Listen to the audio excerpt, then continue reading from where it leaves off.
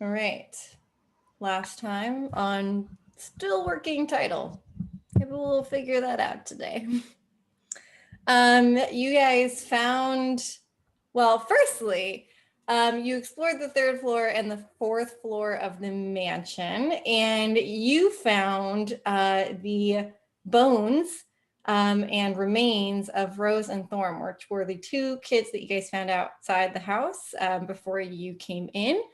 They told you that they needed to basically sleep and that they couldn't. You guys gathered up some of their remains, and they pointed you in the direction of, well, the dollhouse, that's an exact replica, pointed you in the direction of a secret doorway, secret staircase that led down to the basement, aka dungeon level of the mansion. And you guys came down to the dungeon level, and we're gonna go ahead and I'm gonna actually screen share here. I'm gonna walk through it. So you guys can see this all right, screen share. So here's cool. Our map. And I'm gonna annotate on it again because I lost my annotation tools. All right, so you guys actually came down here. This is where you came into the basement level through this staircase. And here's actually a map of the house, which is the staircase was up here at the top. You guys came down, and here you came out. You went left and you forged this way. You came and found these were like maybe we decided that this was potentially cultist initiates quarters based off religion checks, and we checked all these moldy mattresses to find just about nothing. You guys came into this room and inspected this well and found it to be dry. And a few of you went in and tried to break some of the locks on these poor chests. Some of us did it barehanded. Some of us did it barehanded and found some treasure that we took from those areas. And you guys headed up these stairs over here. You guys looked down this hallway to see stairs leading down, but didn't go that way. And we came this way, and you guys wound up in what looked like a dining area. There's all sorts of icky things that litter the floor here. And you guys kind of came this direction. We're hanging out here. And this is where Ramis decided to shoot a bolt into the nether, into this area. And you guys found a Grick hanging out here. There's the Grick with his little beak. Oh, Grickzilla was gricking around. And the Grick came out, and you guys did actually murder that Grick. Unfortunately, the Grick did not live to see another day. And this is kind of where we left off on last time. You guys killed the Grick and were exploring this cavern. I'm going to try this out today to the best of my ability to like unshroud certain areas as you guys approach. We'll see how that goes. Ryan suggested layering in, and I might try that at some point as well. We'll see how that goes also. This is perfect. You just have a black layer that you can selectively erase. Yeah, but unless I'm really perfect about it, which I'm going to try to be, it could show certain areas. But we're going to try, and we're going to see how good I can be at this. All right. So now that we are here, and Nate, I'm going to rename you. All right. So we are here, and I think, who was it that slayed it? It was Zug, right? Zug slayed the Grick. Yeah, I stabbed it. You stabbed it for 2 damage. It only had 1 health left, so that did it for the Grick. Well done. Well done. Yeah. So that Grick slithered out, attacked the shit out of you guys, but you guys attacked the shit out of it harder, and it died. So, yeah. As you are traversing through, you guys can still hear that ghostly chanting happening in the dungeon. Still happening. Really long chant. Yeah, it's a really long chant. All right. Where do we want to attempt to move to next? Where does the party hang out? We ended in the Grick room, right? You ended here in the room. Yes, it's like the dining area with the Grick. It looks like we're able to recognize that we can kind of see where we started, but there are a couple offshoots from that. We should go check that out. Because Think- it's not a large area, you can already tell that it's not a huge space. We're assuming that because we see a map and we're kind of clearing as we go, that our characters are like, learned dungeon crawlers. They have good spatial awareness. And they're able to Yeah, I mean, determine you're in these tune with things. how large the house is in this underground area, but you're not in tune with how far to the left and right this goes, except for the metagaming that's happening right now. Well, that's what I mean. Like a good dungeon crawling team would know like roughly how far north, west, south, and east they've gone, and they'd be able You guys to are level 1, so determine that. you're not that good at that. Oh, so we're all stupid. Is that what you're saying? Yeah, well, I think not I could stupid. do this. I'm and I'm a I'm level pretty 0. Stupid. We're assuming we're all at least literate, except for Zug. Oh, it's up to you guys, though. You I can just hang out here for Kane the wanders. Kane wanders north and then hangs a left at the first entrance. Okay, so Kane is gonna like, wobble, oh, Oh my goodness! north. There's so many bones on the ground. East, apparently, according to this map. Yeah, and as soon as you guys get here, you will see that this area is like, as soon as you look down this sort of alleyway, you'll see this, and you'll see it kind of diverges into 2 directions here. And you'll see on the opposite side, you'll see this, and you'll see it also appears to diverge into 2 areas as well. I'm gonna hang a left. All right, he's hanging a left. Kane's So Kane Kane's hangs going a for little left walk. here, and you can look down each way to notice this ends here, and that one ends there. Look at Oh. what I'm you gonna noticed. go south and then peek my head around the corner. Okay. Well, technically, south is this way. If you look at the map, north is actually Okay, our left. west. We'll go Yeah. west then. Okay, we will go west. That Yeah. was unnecessary complication on the part of the designer of this map. Yeah, I know. Okay, so you head this way. And you can see here that, well, this has a stone slab that is right in front of you. So let me get rid of the annotation tools again. So you can see there's a little stone slab over here. And the stone slab is etched with the name Thornbolt's Durst.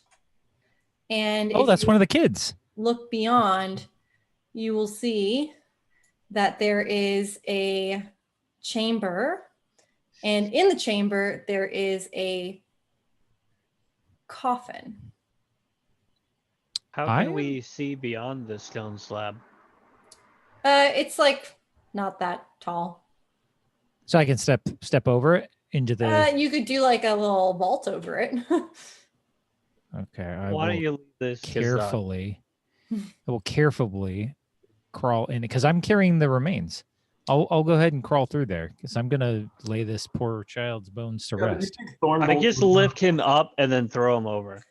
As Zug lifts up Kane and attempts to throw him over, the slab moves a little bit and you realize it's like a door.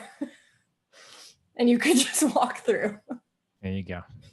I walk through while carrying Kane like a child. Like You cannot touch Kane like that. This is my private space now. You cannot break into my personal It's space. a bag of bones holding a Don't bag of touch bones. me, What do you Zug. do? Stay away from me. I drop Kane. Okay. So you guys come in and what do you want to do next? Do you want to open up the coffin? I'm gonna try to lay the Thorn's bones to rest. Okay, so as you walk in and open up the coffin, you find that the coffin is empty.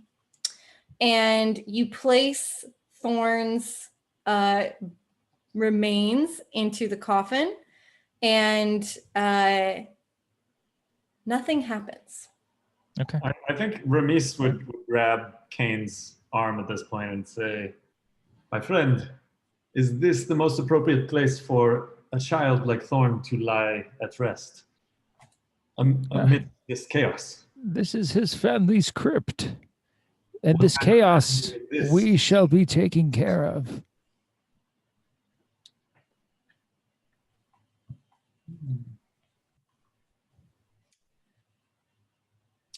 Ramis gives him a disapproving look. Ramis, do you believe we should put these bones elsewhere? I do not know, but we could at least ask the ghosty boy, can't we? Of course. But seeing as there was no reaction, right? I mean, I don't know what kind of reaction you'd be looking for. I think we could Try to call out to him. If he materializes, then maybe we did not do our job, and if he doesn't, maybe we did. Ramis suggests going to Rose's grave. I imagine it's probably nearby. That's on the It's other gotta be side that of one up above. the hall. I think if we head east. Yeah. Doug All will right, stay you guys behind. can head east over here. And as you look at the wall that is facing north, you guys will see there is another slab, another stone slab here. And this one, this particular slab says Rosavalda Durst. Yeah, I'm gonna say we do the same thing. Okay. YOLO. Ramis, if when we leave the house we find the children's ghosts, then we can revisit this. Ryan approves. Ramis does not approve. Ramis, you have to speak. Don't just say Ramis disapproves. I make Your a words, Ramis. face that makes Cain believe. I don't. Wait, you can't tell me what Cain believes. You gotta speak. Ramis is not speaking. He's just gonna glower. Exactly. All right, and as you go into the tomb and as you open the coffin and put Rose's remains into the coffin and close it, you see the manifestation of both of the ghosts appear, smile at you, and then disappear. Ramis, is that satisfying for you? Or do you want me to remove the bones? Children are emotional creatures. They might change their mind. And the party gains inspiration. Oh. Cain pats Ramis on the shoulder and walks past him back out of the crypt. Yeah, you guys are holding on to some inspiration now. Inspiration can be used in a number of ways. You guys can use it on attack rolls and saving throws, but the whole party gets inspiration. Does Zug get inspiration? Zug is Zug always gets inspired. Zug is inspired. Okay, well that's good. That's one weight off of our shoulders. We still Literally. have, if I remember correctly, we still have the issue of the parents, or at least the monster apparently that's down here. Whatever the kids said that their parents were trying to hold at bay, right? Let's keep exploring. Zug is gonna wander south Yeah. while these guys are You do it, Zug. Okay. playing with Zug So it up. south meaning this way, yes. Okay. Yes. Great. And so as you wander south, you can see this way that there are again there's a fork in the road here. Ooh. I'll peek around to the east bend and look. So we're peeking around to the east. So he peeks around this way. Yeah. And over here, you get to see a stone slab with a crypt. I am immediately disinterested. I'm also pretty sure that Zug can't read what is on the. Why do you think he's disinterested? Is Zug He's a bunch of, genuinely illiterate? he could be. I didn't know approach that. to read the inscriptions. My As you approach and follow Zug, you read the encryption says Gustav Durst. Gustav. Was he a cook? Well, I don't think we have his bones. No. We have the maid's bones, and I think that's it. Well, the kids and the maid, and that was it. I don't think we found any other bones. We just kind of left her. Did we? I can't remember now. Can you remember, You Danny? guys If did we- take the bones of the child. We got the children's bones. I know that for sure. Yeah, we Yes, but you also did take the bones of the of what you deemed to be a woman who was stabbed. What is wrong? Right. Right. Okay. Well, in that case, Ramis will check the western door. Okay, and as you check the western door, you find another crypt, and this slab reads Elizabeth Durst. Mm-hmm. So do we think those bones were the maid, or do we think it could have been the? We're like 99% sure it's the maid. Okay. We're wearing maid's clothes. Right. Okay. In a maid's room. I look at Ramis looks at Kane and says, "Would you like to work your magic between these doors as well?"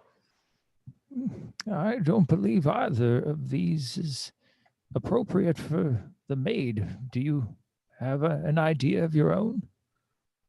I say we stop laying bodies to rest and create some more bodies instead. We do have some chanting to investigate. I Doug agree. nods vigorously. Zug likes making bodies. Hit the floor. Yeah, we can carry on.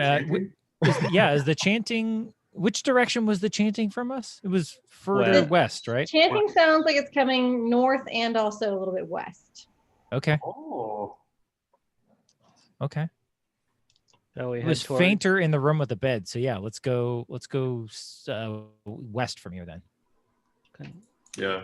All right, so you guys will travel on west back into this room, Through the cannibal room. the feasting room. Right. All right, where do you guys want to go from here? I would say west from that the Grix room. So you want to head this way. Yeah. And at this point, like starting down west, is the noise growing any louder, significantly louder? No, not really. You guys can see it curves here. And as you guys continue down this way,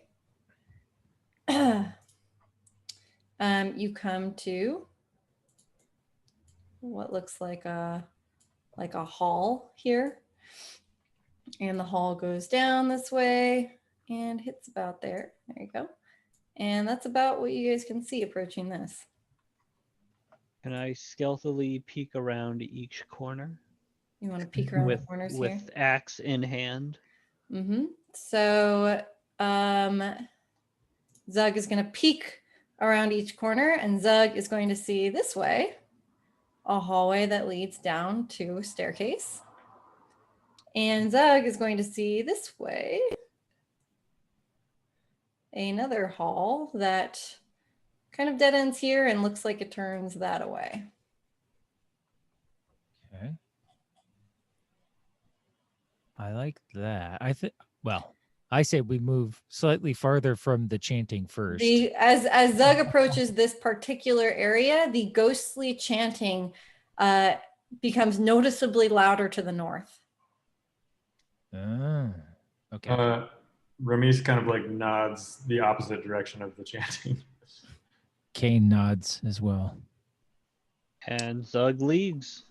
Good. All right, so as you guys start to move out of this square, immediately ghouls appear. And they rise up out of the ground and they attack the shit out of you. So there's a spooky My boy God, right how here. much shit is in us? Spooky Oh. boy rises up out of the ground here. Not much anymore. Spooky boy Not over after here. that Grix. And a spooky boy over here. So 4 spooky boys rise up out of the ground. Kane, you have upset the children. This doesn't look like the children to me, Ramis. It is surely related. All right, they are creepy as hell, and one of them is gnawing on the arm of something spectral looking. Quick question, are these hallways still 4 feet wide? The hallway is about 5 feet.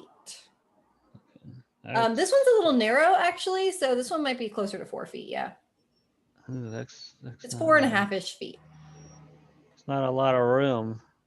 Nothing can get by. They can't get past you. No. We can share. We can move through each other's spaces, but we cannot go through enemy spaces, nor can enemies go through ours. Well, again, this is the map, but we're still doing theater of the mind. So we're at the intersection now. So and I'm leading the way. So if we back up a bit, we can attack them one by one as they come out, because I have my shield and I can just take the hits while you guys like. Well, I guess I imagine we all Peek have to over. roll initiative, right? The ghouls aren't just gonna let us be. No, they will not just let you be. We will be rolling initiative to see, and the ghouls will all have their own initiative, but they won't be able to pass through each other. Ooh, one of the ghouls critically fails. The one on the right. He's just gnawing away. He doesn't even know what's going on. He gnaws himself to death. He just dies. He's on like the arm, and then he starts eating his own arm. All right, roll an initiative then. Yes. Okay, Ramis, you son of a bitch. So ghoul number 1, 2, 3, and 4. These ghouls are ghoul 3 and ghoul 4 are going to have to wait 1 round to attack to make it through. And ghouls 1 and 2 are going to be attacking this round. So what did you guys roll? I rolled a 5. 5. I rolled an 18. What? Okay. I rolled a 10. Although my Chrome is now completely bugged out. I resized. Don't resize your window in D&D Beyond. Don't do it. Okay, Why not? so Kane will get to attack first. Yeah, it works in Firefox. I'm sorry, what did you say, God? 22, Kane will get to attack first. Okay. And I see them enough to get a clear shot. Definitely. Are we still Okay. in the intersection, or Zug is in the intersection. The other 2 are probably straggling behind a little bit. So as long as you're in like this square, you'd have line of sight on ghoul 2. Okay. Oh my gosh, that's what happened. Okay. Fix this. Got it. Okay. These guys are ghouls. Does Kane know that ghouls are undead and that he could intelligently ascertain that one of his spells would be a little bit more effective against them? You can definitely tell that they're undead. Okay. I'm going to cast Chill Touch then. That is a 23 to hit. That's gonna hit. Okay. Damage is 5. Okay. And it's they cannot regain hit points until the start of my next turn. Okay. If I hit an undead target, it also has disadvantage on attack rolls until the end of my next turn. Okay. So that one will have disadvantage for its next attack. And Zug will get to attack next. And that was ghoul 2 that you attacked there. Sweet. okay? Zug wants to back up so he's not in the intersection. Okay. And and I'm gonna raise my shield, and I'll swing at the first ghoul that comes into range. So if you're gonna back away, the ghoul is gonna get an attack of opportunity. Disengage 5 foot. As an Yeah, what is- action. You can take the turn to disengage from both of the ghouls. Is that a move? Is that considered an action? It's or an a movement action. You still have your movement action afterwards, but you cannot attack and do that. Okay, I'll go ahead and disengage then, and then just move back. Okay. Okay, he's gonna disengage, so Zug's gonna move back to maybe this square, or do you want to move even farther back? That square is fine. Okay. As long as there's a hallway between me and the ghouls, so they can't Mhm. crowd all over me. Yeah, there is. Okay. And ghoul number 2 will get to attack next, this one. So ghoul number 2 is going to walk up and he is going to attack Zug. He's going to bite Zug, actually. He's going to try to bite Zug. And the ghoul rolled a 12. Nope. Okay. Unless he has some bonuses. Nope, that's it. He has 12 total for his bite action. So he is not going to, he's going to lunge at and try to bite, but just bites Zug's shield instead. Gets As a free mouthful of- action, I will bite bullet. him back. Okay. Gross. That's Your mouth is disgusting. now full of rotting bone meat. Rotting flesh. Mm-hmm. Yum. Yum. Okay. So next is Ramis. Ramis gets to attack next. Okay, so ghoul number 2 is now blocking the hallway effectively. He Or- is, yes. Ghoul number 2 has moved up to, essentially kind of block the hallway. So ghoul number 2 is kind of hanging out here. That's number Okay. 2. Stab him in the head, and then use my head as leverage and pluck his head off. Can I conceivably fire a bolt and not hit Zug, or is that Yes, definitely. Yes, you can. okay? I will fire a crossbow bolt at this tasty morsel. Oh goodness, I've done the Tasty thing morsel. again. Ugh. Draw. Uh, So here's the ghoul, and that's I'm an just attempting to number it. Okay. So you're gonna fire your crossbow at the ghoul, and what did you roll to attack it? 18. Oh, 18. Yeah. Yes, that's gonna hit. So roll for Sweet. damage. Yes. 7. 7 damage. Damn. All right. Hard, just pumping it out. Okay. So the ghoul is like visibly aggravated, but still like coming at you guys. Full Zug, would you like throttle. a ghoul kebab? Yep, you made us like ghoul kebab. This ghoul could be roasted over a fire and very tasty. Okay, and it is now ghoul number 1's turn, but ghoul number 1 is now being blocked by ghoul number 2, so he's not going to get a turn to attack. Dumbass ghouls. Which means that Zug is, or Kane is going to get to attack again.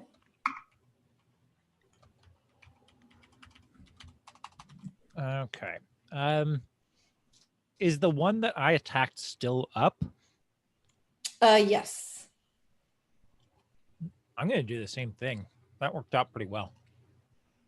Oh, fuck. 5 to hit. Nope, that will not hit. So you will, well, sorry, are you attempting to cast Death Touch or Chill Touch? Chill touch, yeah. That's a spell, right? Death touch. Yep. Some have a hit. So that, okay, so it's like, does he have to roll like a saving throw, or is it just like you actually rolled a hit? I have to land a hit first. Got it. Okay. Well, he laughs at your Chill Touch and he says, "Ha ha, I'm very warm." Good God. This The God, he can ghouls talk. speak, is impressive. He and they doesn't have say a sense of humor as well. that. All right, and Zug is gonna get to attack next. I will not be outjoked. In very hoplite fashion, I will shield slam the ghoul away and then swing and retreat behind my shield again. Okay. Roll for attack. Hey, 18. That's gonna hit him. All right. 8 total. 8 damage. Yeah. Okay, so you hit the ghoul with your shield slam, and you literally, as you hit it, it gets knocked back, and it gets knocked back into this little crevice on the wall, this little like oil lamp on the wall here, and its skull literally gets pierced by the oil lamp, and it's like now hanging there, like almost like it's just hanging like decor. And yeah, it's not moving anymore. I meant to do that. It's not moving anymore. Also, I didn't know there are oil lamps here. I forgot that fact. There are oil lamps, yeah. Are there any oil lamps like where we're standing right now? None of them are lit. Oh. Oh, they're not lit. Okay. No, well, Oh. like a couple of them are like lit sporadically here and there, but like really dimly. So, How where do you guys feel are? about fire I feel good about it. I mean, in the hallway? I mean, Knock you're in a yourself clay out. hallway, so. Zug. Well, I can't light anything on fire. I'm just an orc. If You're you just could an see what lamp, I can Josh does in Divinity, you would be worried right now. I would be worried. This whole place Josh would is be often covered his in fire. first question on his turn is, Nate, how much magic shield do you have? How much magic armor do you have? That's messed up. survived. That's going to change the order to, let's see. So next to go is actually going to be ghoul number 1. Ghoul number 1 is no. next. Actually, no, ghoul number 1 had a really, he critically failed. So it's actually Rames's turn next. I can see ghoul Ramis. number 1 now, or is he still around the corner? Ghoul number 1 is still around the corner. Well, he's like kind of packed behind where number 2 would be. So if you are standing on this side of the hallway, you will have line of sight on him. Well, what's our order? Because we can't be like next to each other, right? Yeah. So in this case, like if Zug is kind of standing here, that would probably mean Ramis is kind of backed into this area after Zug disengaged. So you might not actually have any line of sight on the guy. Okay. So you could walk up and attack it if you'd like. And also at this point, ghoul number 3 and 4 have moved forward. I guess I'm gonna like, yeah. Well, it's like, so if I stand there, I'm just gonna get in the way of Kane then as well. You can sidle against the wall and allow him to go through. Can I like squeeze against the wall and just be on ready a cast action for if a ghoul appears in my line of sight? Yes. I would like to mock viciously the next ghoul that appears. Okay. Ooh, I like it. In your line of sight, yeah.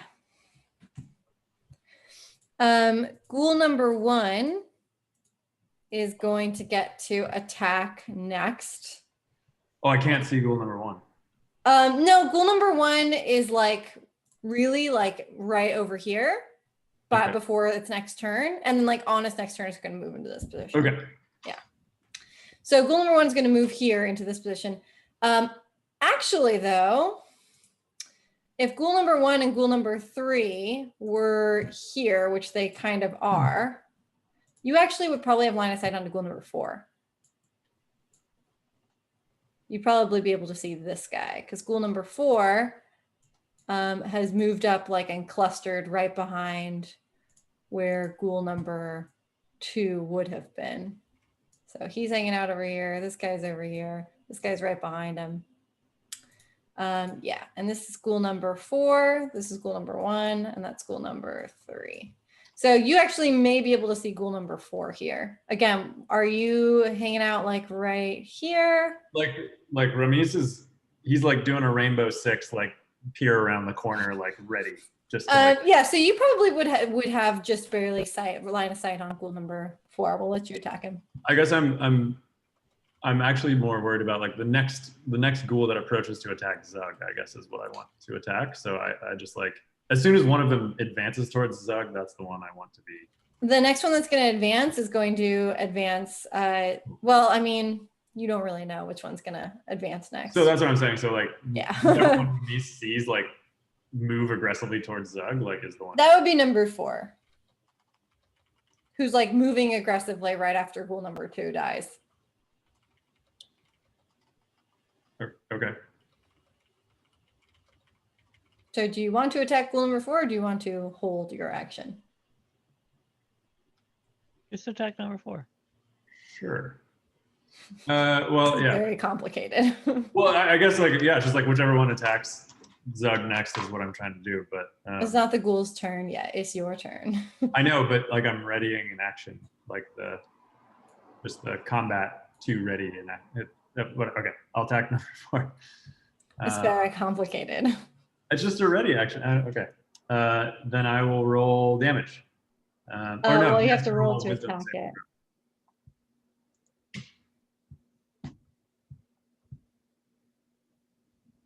throw of 13 or higher. 13 is going to hit. He's a very slow ghoul. No. Sorry, the ghoul has to roll 13 wisdoms. Oh, you're rolling you're casting vicious mockery. Yeah. Well, the ghoul rolled a nat 20. Ooh. That doesn't do anything to this ghoul. Well, ghoul is not impressed by your mocking. And the ghoul thinks his mocking was way better. This ghoul's a dick. Let's get him. Ghoul is kind of an asshole. Zug, take that ghoul out. Zug will jump on the next ghoul. Yeah, well, unfortunately, it's not Zug's turn. It is actually now ghoul. Actually, no, it's Kane's turn because ghoul number 3 still can't get past ghoul number 1 yet. So it's Kane's turn. I'm going to, I mean, I may as well just continue my chill touch extravaganza here. I know early game combat is not super exciting, but I think that's what's best right now. So, spells, chill touch. Okay. There we go. 21 to hit. Okay, you are going to hit ghoul number 4. And that is going to be 1 damage. Ghoul number But 4 it does have disadvantage. takes 1 damage and has disadvantage. Okay. Okay, and Zug tied with ghoul number 4. How do we break ties for initiative? Whoever has the highest dex mod, I think. The ghoul has 2. I have 0. Okay, so the ghoul goes next. So ghoul number 4 is going to move up, and ghoul number 4 is going to attack the shit out of Zug, if he can. We shall see what this ghoul is actually capable of. All right, so the ghoul, that's not number, nope, undo. That's number 4. So the ghoul's going to attack Zug. The ghoul rolls, it has disadvantage, right? Yes, number 4 Yes. does. So you roll 2 dice. The Oh, lower he one rolled is a what it gets. 16 and a 17. So a 16 yeah. plus his dex is going to be an 18. Yep. Is that What is gonna it? hit Meter you? beat? Is it meter beat? I think the It's meter beat. All he has to do is get the same as the AC. he meets Yeah, you. then he hits. Okay. I cry out in He's pain going to before he again attempt actually to hits bite me. you. And he deals. Oh goodness gracious! Zug dead. Mm, Zug dead, guys. She said goodness gracious because it was a 1. I'm sure. He deals 9 damage. No. How about them heals? 9 piercing damage to Zug. How about you? Zug is 9? Zug is 9. feeling very weak, Yep. but he still stands firm. Its disadvantage did not actually help this time because the ghoul rolled really well. Yeah. It's Okay. all random. Zug gets to go next. Free action, Zug will cry from the pain. Yep. Okay. And cries. then he Very sad. will attempt to stab the zombie with his axe again. Okay. Roll to hit the zombie with your axe. Zug, that's not how axes work. Stab it. 15. That's gonna hit him. Don't ever tell me how to stab an axe. Takes a -1 to the damage due to stabbing instead of swinging. 3. 3 damage. Yeah. All right. The ghoul lets out a fierce screech as if to say, that hurt. Ow! I don't know why everything sounds like a macaw. like a velociraptor. There's only so many ethereal screeches you can do. Yeah. Okay, and the next to attack is actually going to be Ramiz. So soon. That's right. You could attack, yes. Can I like Stem the bleeding. yeah. Yeah. Okay, fine. Yeah. God damn it, Zug. I can take another hit. If you can kill 4. Can you? Yeah. I'm just thinking. I have second wind, so. I think we should light these ghouls up. Is what I'm thinking we should do. Oh hell yeah, man! Light 'em up! Grab an oil thing, get some flint, and throw it beyond my shield. Let them burn. Yeah. So DM, can I throw a flask of oil to douse these advancing ghouls and light it in the same turn with my lantern? You have a lantern? I do. Sorry, Okay. a lamp. Lantern lamp. Okay, so if you want, you can grab an oil lamp or some oil from this oil lamp that's on the wall. I have an oil flask too. I have a lamp and oil. Okay. And you want to hurl your lamp and your oil at the ghouls and light it on fire. I think so. Aw. I know. So- So So what are you gonna do? You're gonna light the oil on fire and then throw it like a Molotov. Well, No, if that's just available, totally, that's what I want to do. throw But I the was flask thinking, so it breaks throw- on, and then throw the lamp after. That's what I was thinking. Yeah. Or you could just throw one of the torches that's hanging on the wall. Do I Yeah, have they don't access have to a torch? torches. Like, They- what is? They're not That's what- torches, they're They're oil lamps. oil lamps that are not lit. You just throw one of those. So I'm gonna check. You could throw an oil lamp at it and then I want throw to a lit. douse first, light second. So Okay. if there is oil near me, I will throw that. If not, I can throw some of my own. I'm just okay, like so you can rolling grab very an oil lamp from the wall and grab the oil that's inside. And you can kind of just hurl the whole oil lamp at it and Yeah. hope that the oil kind of seeps out. There you go. And then how are you planning on lighting this on fire? You're just gonna light a match? You can press the No. digitation to light it, but that's an extra action. A No, lit- like, I mean, I'm assuming like I have a lamp, so I mean it's. I'm assuming I have a mechanism to light it. I'd probably assume you have matches, but you have to It's Tell me. it's flint and it's whatever. It's in probably your like, yeah, adventurer's like kit. it's probably like a flint lighting action that resides on the lamp, I would assume. Yeah, I mean I'll make the assumption that you have a way to light fire. Sweet. I'm gonna create oil and light fire. Do it. Okay. So you hurl oil and then throw fire at it like Molotovs. Why don't Yeah, we you literally have a tinderbox in your inventory. That's Yeah. what you would use. I Um, literally do not, but I'm sure I have a mechanism to light this. I do. one. I can.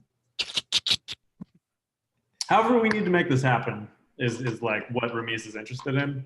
He is overseeing Zug get trounced by these ghouls, and only has so much healing left to offer.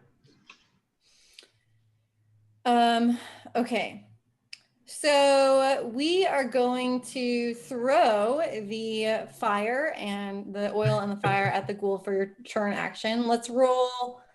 This would be, maybe, I don't know. Would this be an athletics check? I could make it acrobatic. I could do it. I I like think juggle. I ac- like juggle and shit. Yeah, I think acrobatics would be. Hard. I'll allow your higher stat, which is acrobatics. Yes. No, that's not why I was fighting for it to be acrobatics at all. For sure. So why don't you roll your acrobatics check? That's a 7. 7 total. 7 total. I've Oh, rolled no. 4 3s tonight. This is very impressive. Oh no. I've rolled poorly too. So as you go to hurl the oil Molotov, you slip on a little bit of oil and throw it, and it does not make it nearly far enough. In fact, the oil lands here, kind of under where Zug is standing. Oh God. Oh no. Zog, I have a secret to tell you. I am left. So Does Zug you can know? choose to not throw the fire. Yeah, I'm gonna not light it. Though Hold I'm on to going it. announce If that, I back up again, then What's that? if I back up again, then you can. I was gonna say, but I'm going to announce that there is oil under Zug's feet. Zug, do not slip on your way back, and then I retreat because that's all really I can do. I feel like. Okay. So you're gonna back up a little bit into maybe I guess we all need to back up, huh? this square a little bit. Yeah. Yeah. Okay. Except for you, Kane, if you need to be the one who lights it. But I don't really have a safe way to light the oil from a distance. I could light a torch and throw it onto the Kane, what is your dex my dex. modifier?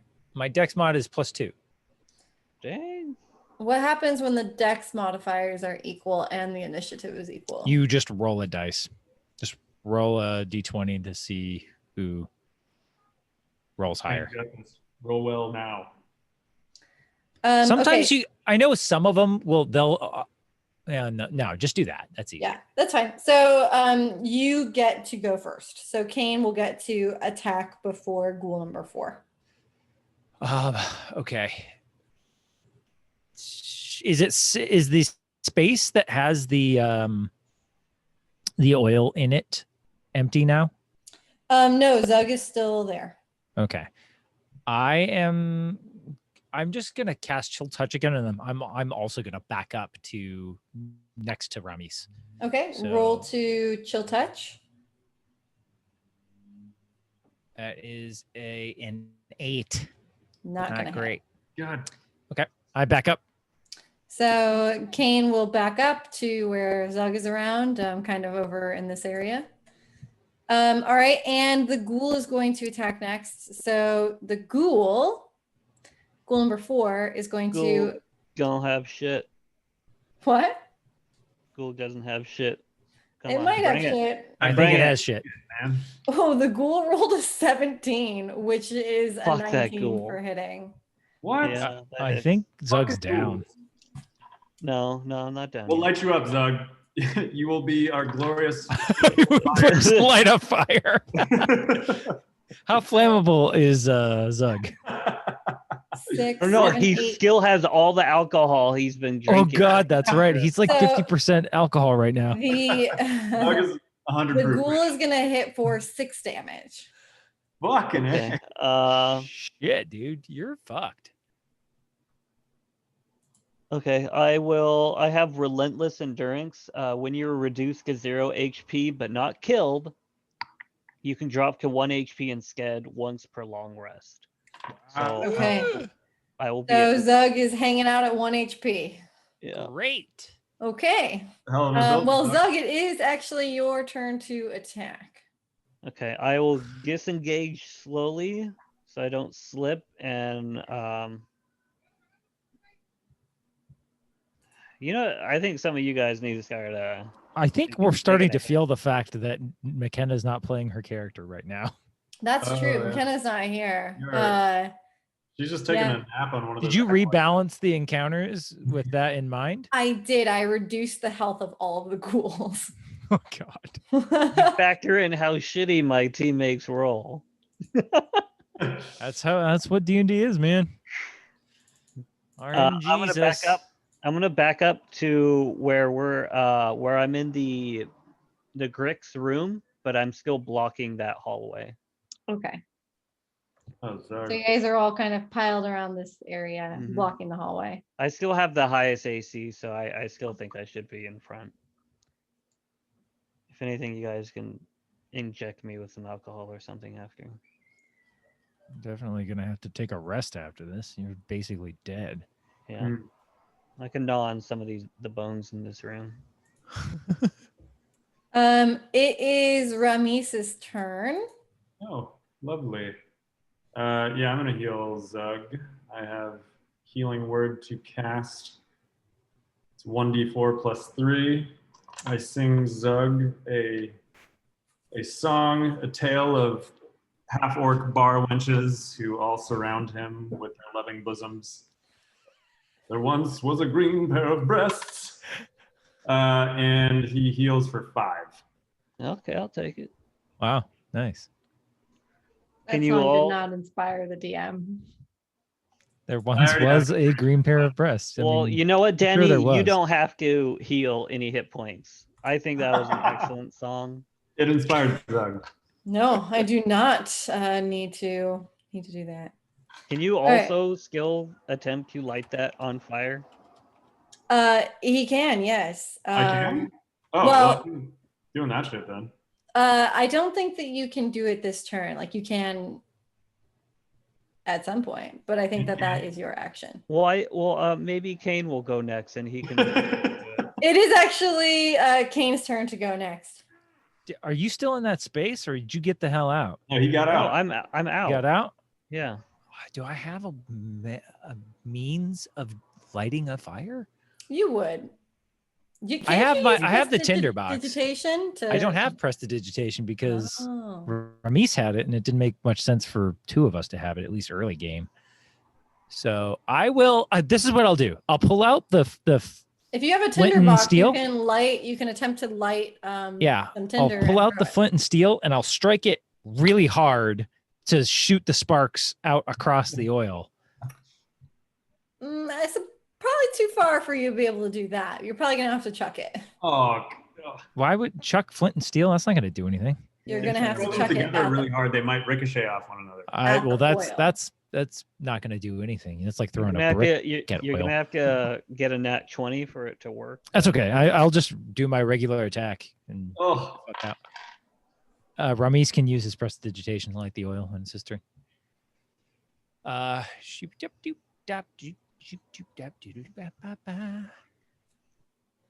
16, That's gonna hit him. 3 damage. Okay, and he's disadvantaged, right? Yes. Yes, he has a very creepy looking ghoulish hand clutched upon him. And Sorta it's like slowing your him down a creepy little bit. ghoulish come on, hand. dual action. All right, ghoul number 4 is actually gonna get to move now and attack. So ghoul number 4 is going to move up towards. Oh, that's an eraser. Have him Move up. slip on the oil. Move up towards Zug. And Oh, I he keep is forgetting going about my to- familiar. I'm sorry. Go ahead. He is going to make an acrobatics saving throw to not slip on the oil. And he rolled a nat 20, so he fucking dances over that shit. Like there is no tomorrow. Yeah, Just the like ghouls are he's rolling gonna- really well today. I'm sorry, guys. They're rolling Yeah. real well. Just like he's gonna dance on my grave. He is going to dance on your grave. And the ghoul is going to roll to attack Zug. Oh, God. I think you need to Oh, back the up. ghoul Zug. rolled a 4. Okay, so the ghoul rolled a 4. Well, Look that's at this. actually with disadvantage. Oh, he rolled a 1. So he rolls a 1, Yeah. and he critically fails to try to hit Zug. And as the ghoul attempts to claw Zug, he's going to attempt to claw you. He claws into your shield and breaks a nail and takes a damage. Sucker. What a bitch. Stupid ghoul. And his finger actually like the top of his finger like breaks off and reveals a little bone. That It's gross. sucks. It's Sucks really for him. gross. Zug is gonna get to go next. Oh man. Let him up, Zug. I will fly into a rage, and I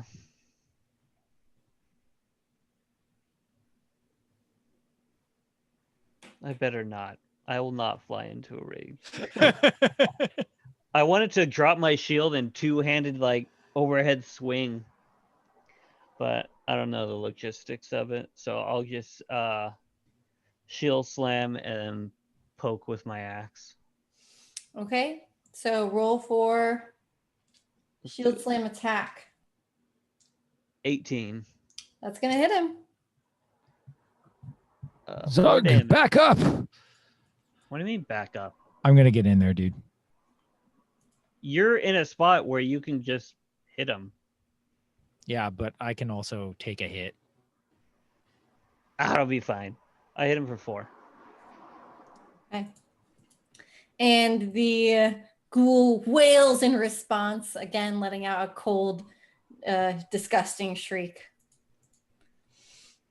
And ghoul number 1 and 3 are going to head up in this direction and kind of get behind. You can just write the numbers, Danny. You don't have to do a little scribble. You know what? Let me do my scribble, okay? I like the scribble. It's just a really bad scribble. You're a bad you have- scribble. It's Wow. like I you take have away no Zug's direction. inspiration. Zug has insulted the DM and Zug no longer is inspired. Yeah, playing with fire there, Zug. Not yet. Yeah, he's not. All right, and it is actually now Ramis's turn to attack. I want a flaming axe. One day, Zug. One day. Can I still prestidigitate the oil? Do it. You can attempt to, yes. Okay. I attempt to. It's just a spell, so I think that it's gonna. I don't think there's a roll to hit with No, there's no hit prestidigitation. DC. What's that? There's no hit DC. Yeah. All right, so you're gonna aim the warming in the middle of the oil spot, I assume. Oh yeah. I'm trying Okay. to stop the advance of 1 and 3. Yes. So Ramis lights the oil on fire, and as soon as the oil gets warm enough, it emblazons, and ghoul number 1 and ghoul number 3 both light on fire. And each of them are going to take some damage. So ghoul number 1 takes 2 fire damage. Sorry, guys. I And- thought fire would be more potent. Ghoul number 3 takes 4 fire damage. Oh! No, that free damage is free damage, man. And as ghoul number 1 and ghoul number 3 wander around on fire, ghoul number 1 is going to sit there and scream very angrily. That's it. CC And now you always have wins. flaming ghouls, and they are actually going to take fire damage per round. Nice. Sick. Mm-hmm. And it is now Kane's turn to attack. Okay.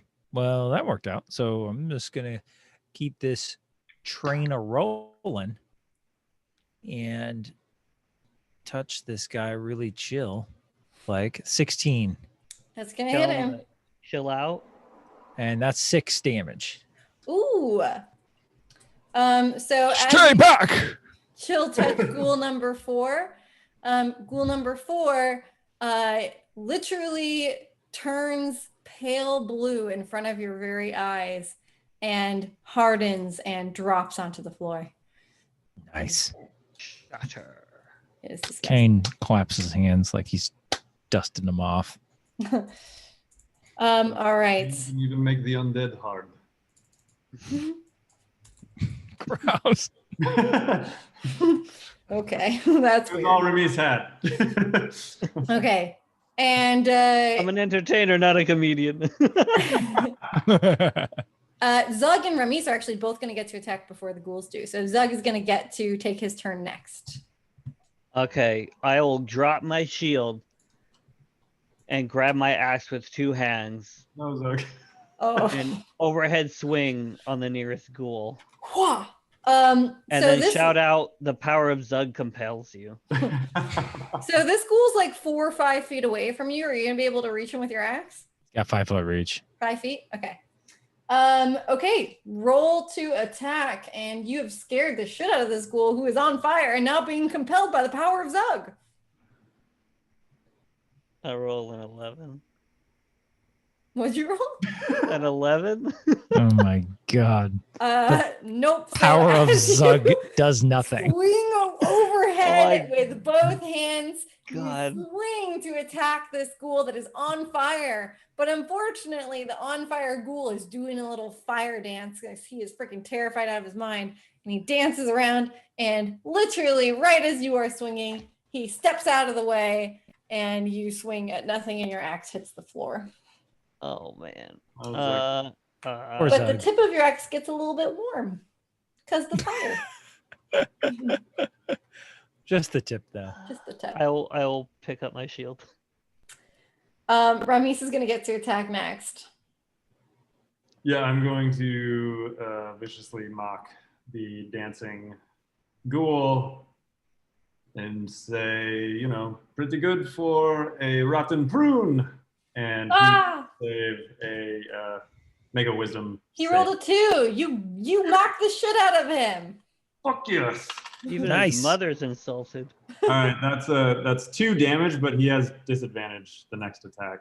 Okay. That's going to come in handy because he's going to get to go next.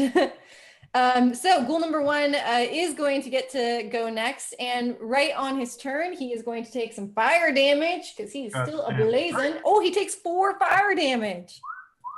That was a good move from It was good. Ramis. From that fucking guy. Yeah. Decent action economy.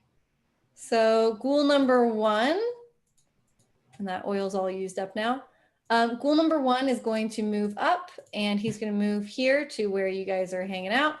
And ghoul number 1, who is on fire and is disadvantaged, is going to attempt to attack Zug. And he rolls 10. Yes. And Oh, he without rolls- my shield. Yeah, 10.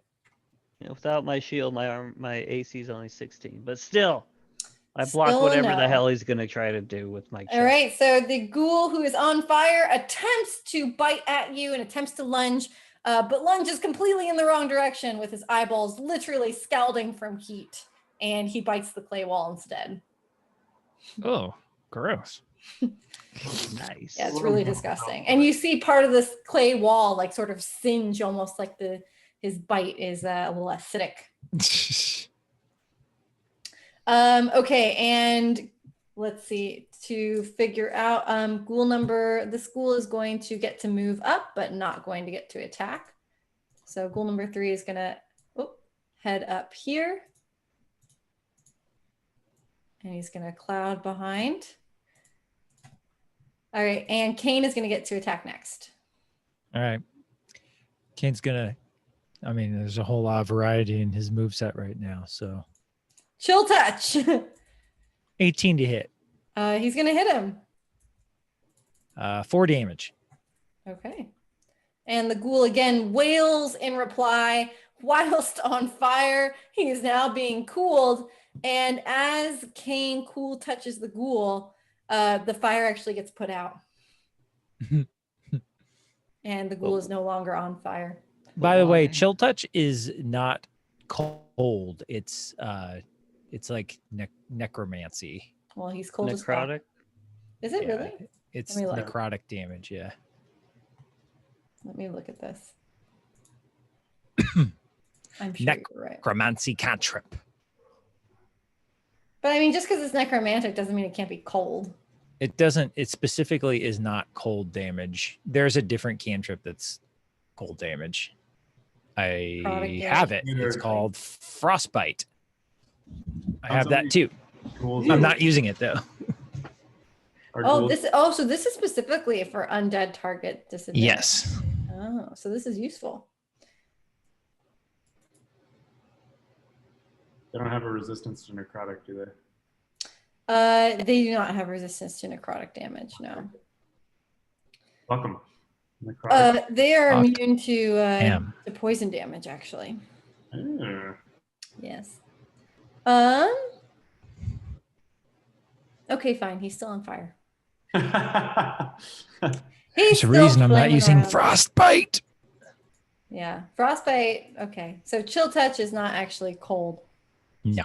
It's It just does have a misleading name. It's like a chilling, like a scary, spooky like touch. still like scary touch. Like chilled to the bone. Spooky touch. I still like the idea that chill touch actually makes the target cold. Okay, so he's still got disadvantage on him. All right, and the next person Zug. who is up Zug. is Zug. Zug. Zug picks up his shield and he will charge at the last remaining ghoul. There's 2 ghouls. Oh, I thought one of them died. No. Oh, wait. No, never mind then. Zug will pick up his shield and swing at ghoul number 1. All right, roll to hit ghoul number 1 with your shield. Bash him in the face. 14. That's gonna hit the ghoul. Yes. Nice, dude. Ooh. Well done. 8 damage. Oh wow, that's a lot of damage. Zug. Yikes. Okay. So as Zug bashes this ghoul in the head, the ghoul takes a massive amount of damage, and the ghoul, who is not expecting to be hit in the head with the shield while he is on fire, is surprised by this, and you see the terror in his fire-lit eyes right before he falls to the ground from your shield slam and hits the floor. No more to be seeing the day. I told you the bodies would be hitting the floor. His body hits the floor. His body hits the floor. His body hits the floor. Wait, I have a quick question, not related to battle. I'm looking at my equipment and I'm looking at the chainmail, and it says on the notes AC 16, strength 13, and then stealth, and it says I have a disadvantage at stealth. But does that mean I need strength 13 to equip this? Oh, I do have 13. Never mind. Don't expose the fact that you Glad I can't. could help. Sorry, I was right. looking at a different number. So now it is Ramis's turn. Sick. So can Ramis see the fiery light of goal number 3? You can, yeah. Okay. Ramis will try to taunt it a second time. All right. this time. You taunt it the second time. And it does not roll that well. So you will be able to taunt it. You are alone, ghoul. You shall die alone. That was 3 damage. I killed all of your friends. How much damage? 3, and he has disadvantage. 11. Disadvantage 3. Okay, sweet. Okay, and next will be. All right. Kane, heads or tails? Tails, always. You got to call heads or tails. He said tails, didn't he? That's what Josh said, but I asked Okay, yeah, you. what did you? Oh, me? Yeah, I fine. said Kane. Heads. It's tails, so the ghoul Told is going you. to go first. So the ghoul's gonna get to go first. The ghoul that is also on fire. Wow, everybody's on fire over here. The ghoul is going to run up and he's going to come at Zug.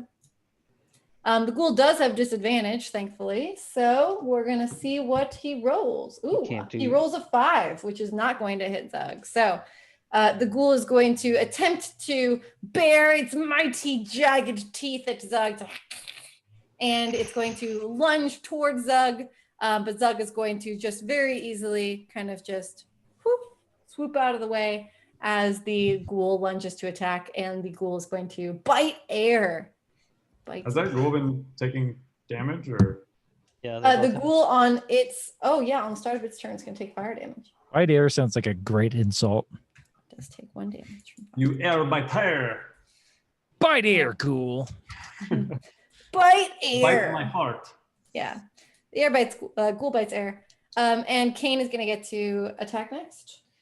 Okay, what's left? We had one that burned alive, right? Well, burned dead, I guess. This one is still on fire. Still on fire? Is he the only one left? He's it, yeah. Yeah. All right. Oh, hey, look at that. You know the drill. Where He's my a chill touch. spells at? Frostbite. That's a What'd you 20 do? to hit. That's going to hit him. All right. And that's a... Wait a second. Where'd my damage roll? That's a 4 damage. Okay. And he's got disadvantage. Cool. This ghoul is feeling the burn. Cool. This ghoul is feeling the This burn. ghoul is feeling the burn, not in the progressive liberal way that we want him to, but in the literally on fire way. And now scared out of his mind, being necrotically damaged by Chill Touch. And he's hurting right now. This little gross hand is like attached to the back of his neck. He's on fire. He's like spinning around in circles. He's getting attacked with things. Like, this is not a happy ghoul. He's very upset. Not a happy ghoul. Is it Zug's turn? It's Zug's turn. Zug will drop both of his shield and axe, roar in fury, and lunge at the ghoul.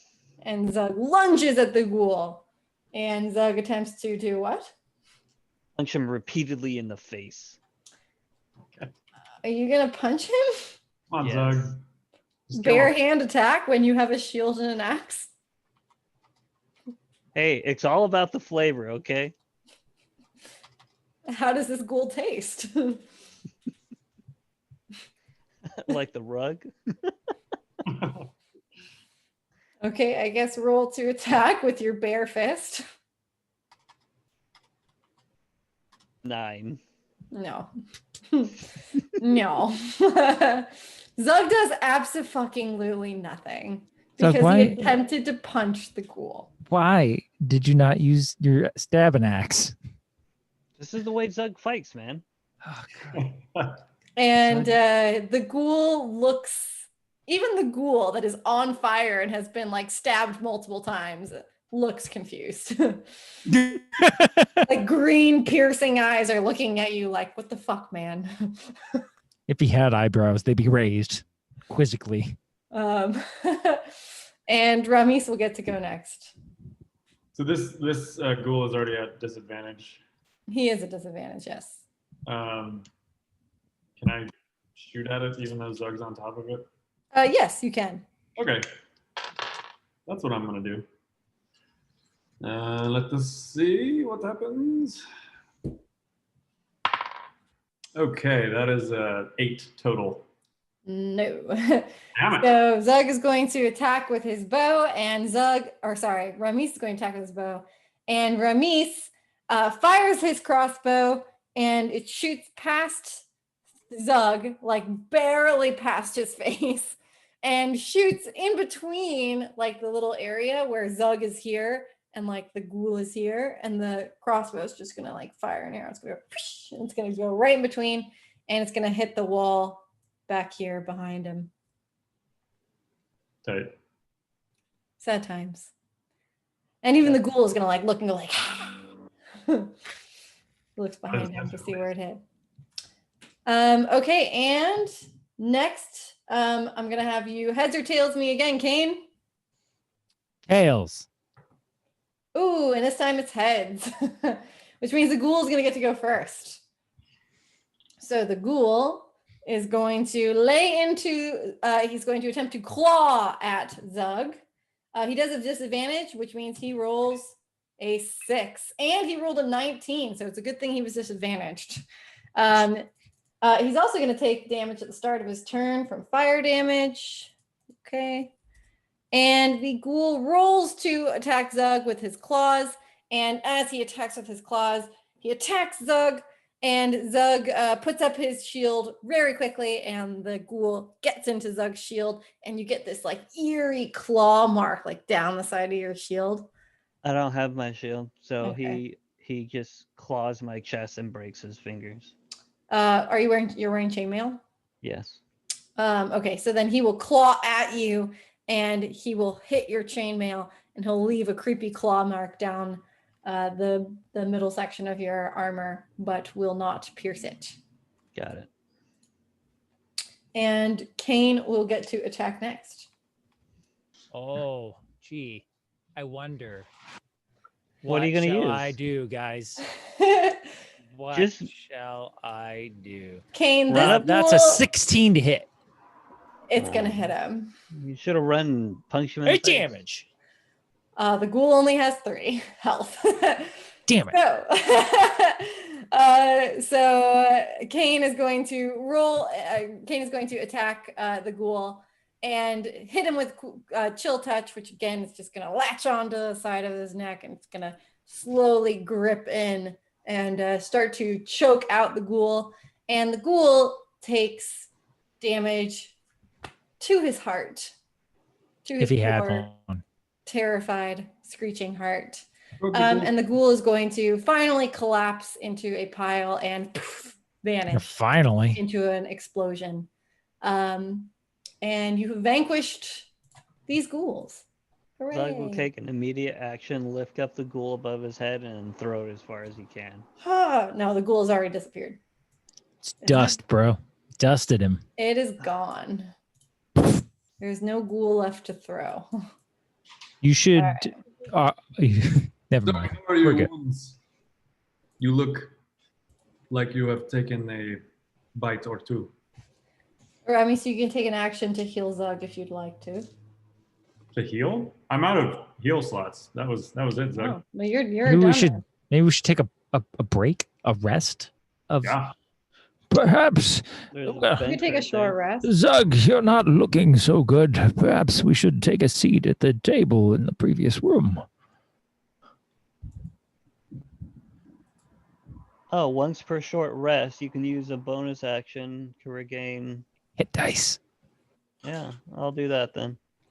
Okay. Zug, you guys can go hang out at this table, take a little short rest, laugh, and be merry around all of the bones that litter this room. Oh my god, I rolled a 1.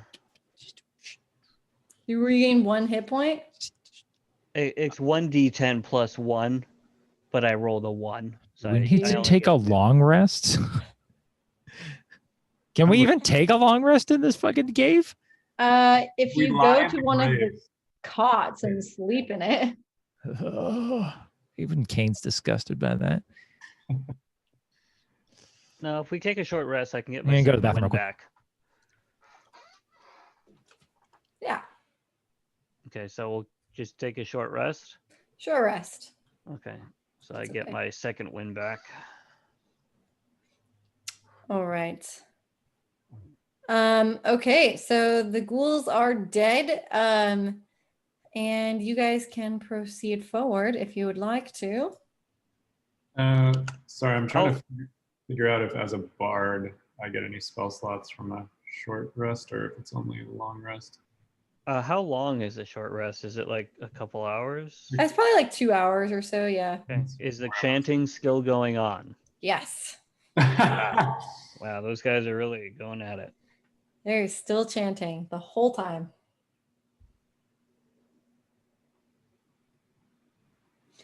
And if you head back into this area that you were, it is obvious to anyone who is over here that the chanting is originating from somewhere below. It is coming from down these stairs.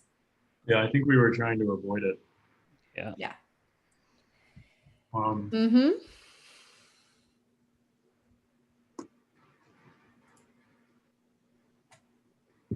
well,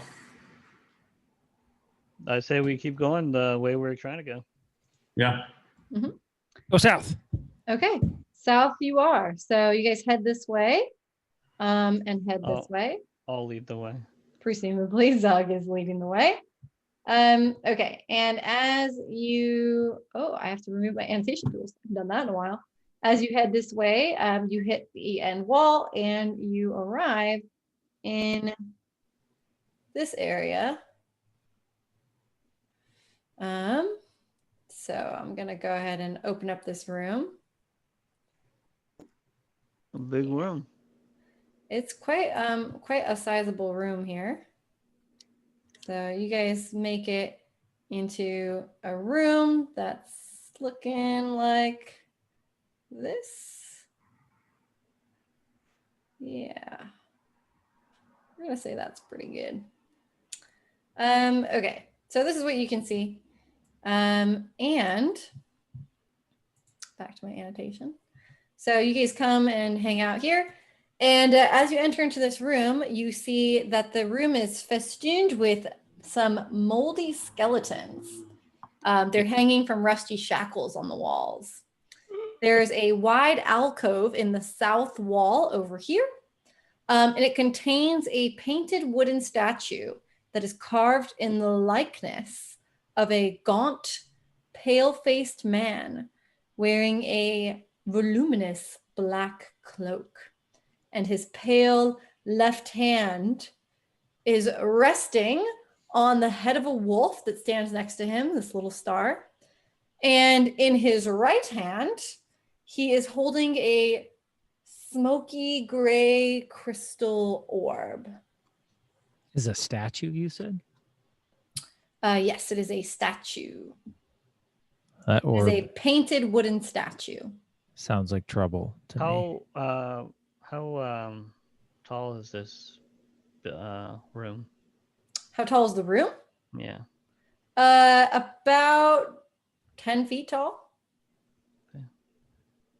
Wait, can we, party, can we meta for a second?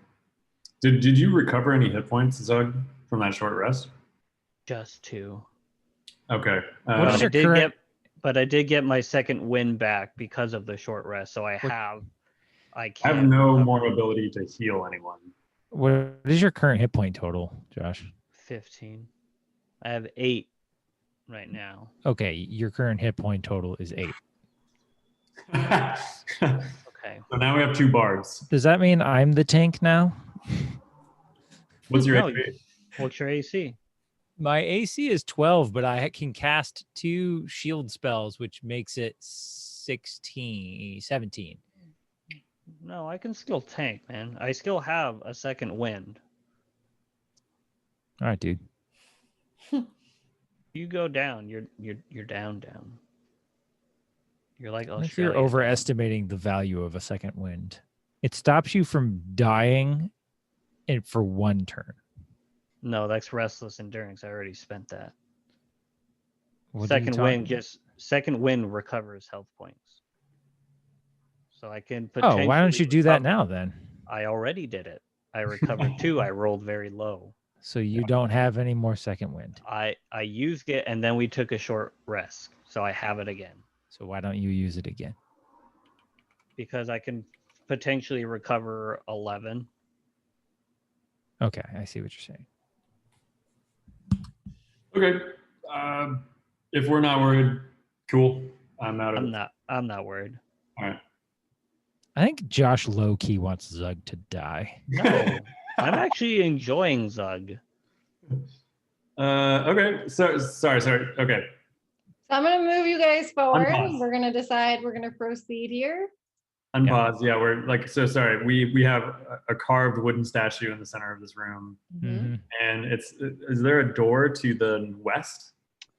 There is a door that is to the left. So the The room has an exit to the west wall and a exit to the north wall that you came in. Ramis would like to cautiously explore the room. Okay. So a cautious exploration of the room. I'll have you roll a perception check.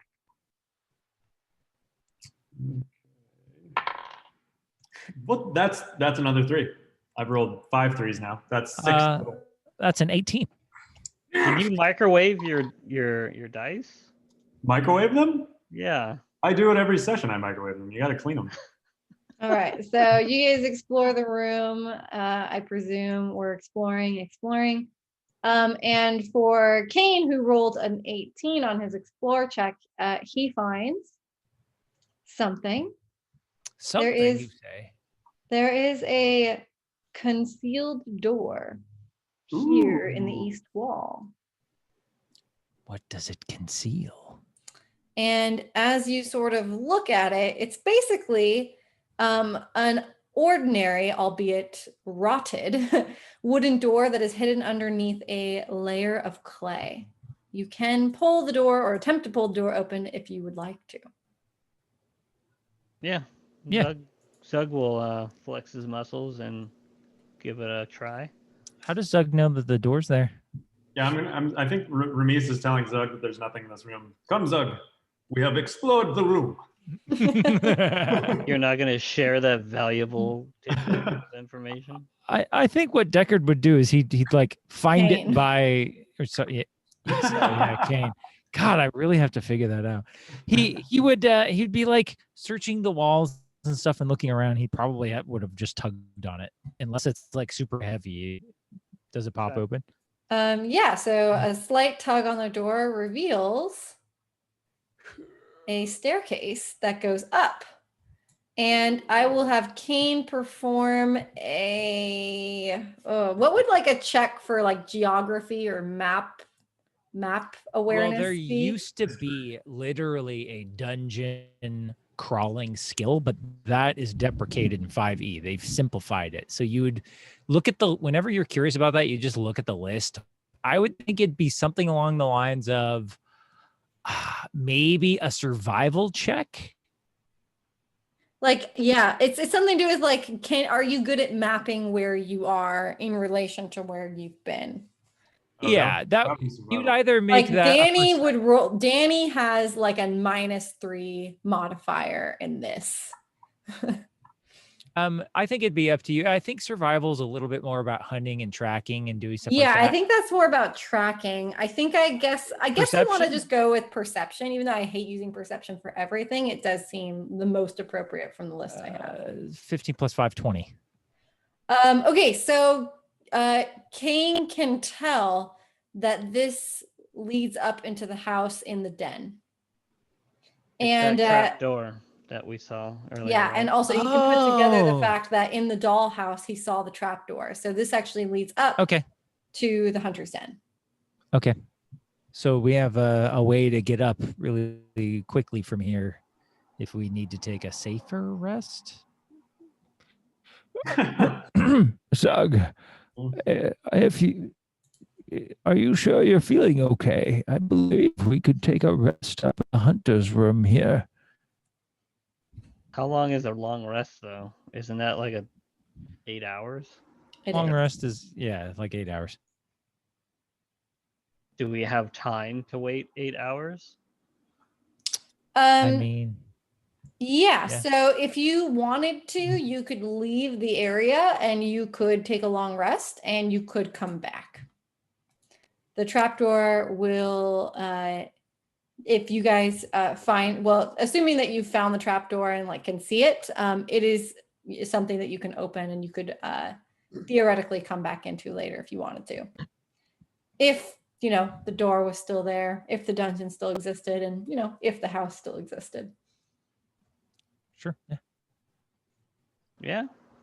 That's what you guys want to do. What do you think? The golden? I think, well, Rami's just used all of his spell slots and you're out of think- HP. I mean, if we are saying we can just return, I see absolutely no reason not to. Okay. Yeah. We can Okay. head back to the caravan.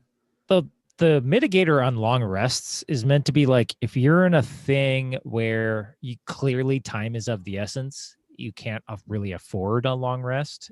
They're meant to be.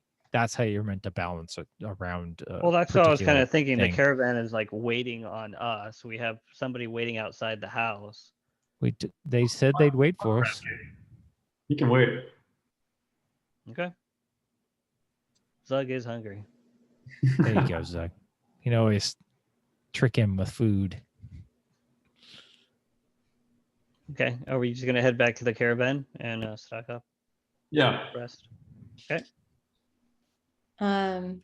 Okay, so you guys can.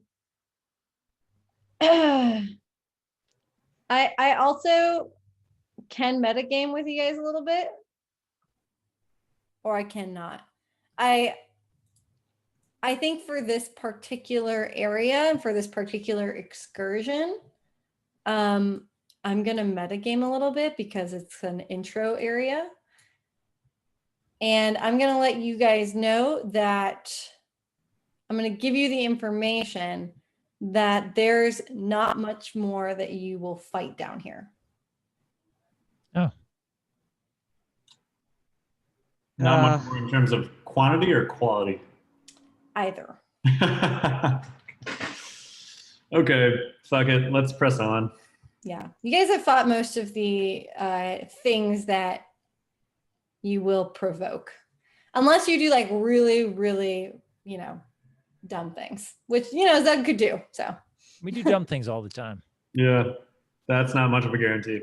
yeah, so if you do dumb things, like you could definitely die, but you could die at full health doing dumb things too. So Okay. Let's go then. Yeah, let's continue. Let me recheck this box. The rest sounds so very nice, but we must almost be done here. The chanting is so loud. Let's shut them up, Zug. you guys don't find anything else in this room. All right, let's go west. All right, so you guys can travel west this way. And as you go this way, you come into a little hallway that leads this way. Petit hallway.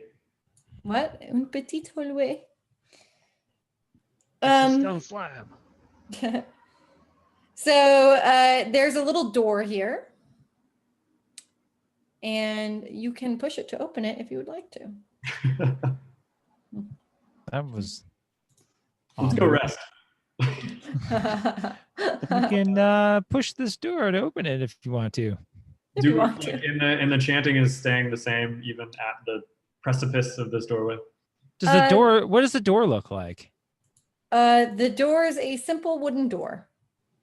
Those are always the tricky ones. Okay. Mimics. I guess, Doug, do you want to open it or do you want me to open it? Oh, wait. If we're worried about something maybe being behind the door, maybe if we hide like a little bit further back, I can open the door with the mage hand. Oh. So that... Yep. Or I could do. The door weighs more than 5 pounds. It's 10 pounds. Oh, okay. The push pressure is more than 10 pounds. 5 pounds. But I thought mage hand was 5 pounds. It's 10 pounds. Okay, then you're okay. I've also got Unseen Servant for future reference. That's true. You have Unseen Servant. You can guess that. An unseen servant could definitely open a door. Okay, so you want to back up and mage hand open the door? Yeah, fuck it. Yeah, well, we're going to be really quiet. Do we need to roll stealth or something? If you want to sneak. I want to open the door really quietly. Okay. Yeah, so attempting to open the doors. I mean, yeah.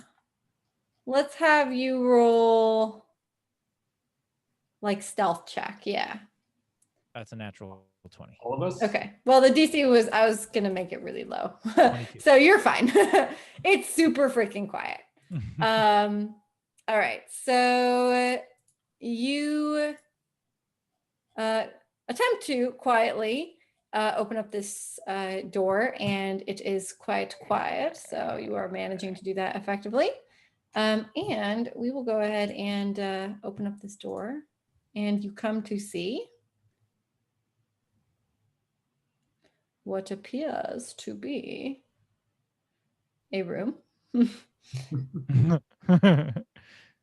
And the room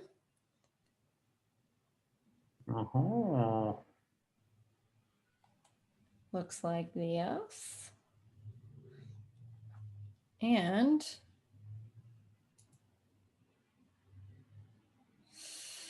yeah. Okay. Is there And anything? there's an exit over here. Okay, so there's no stuff on the room. I guess we're good to go. So you enter into the room. There is a table in the middle of the room. There's a chandelier suspended above it. And there are 2 high-backed chairs that are flanking the table. There's a jug and 2 clay flagons atop it. And there are some iron candlesticks in 2 corners. They're candles long since melted away. Very exciting room. Ramis will inspect the jug. Okay. Doug will drink the jug. The jug is empty.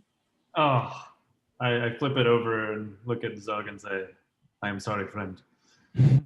I drop to my knees and a single tear rolls down my cheek. Oh. All right. So there is an exit to the east side of the room and to the north side of the room. All right. Ramis peeks out the east side to make sure there isn't anything else besides the hallway.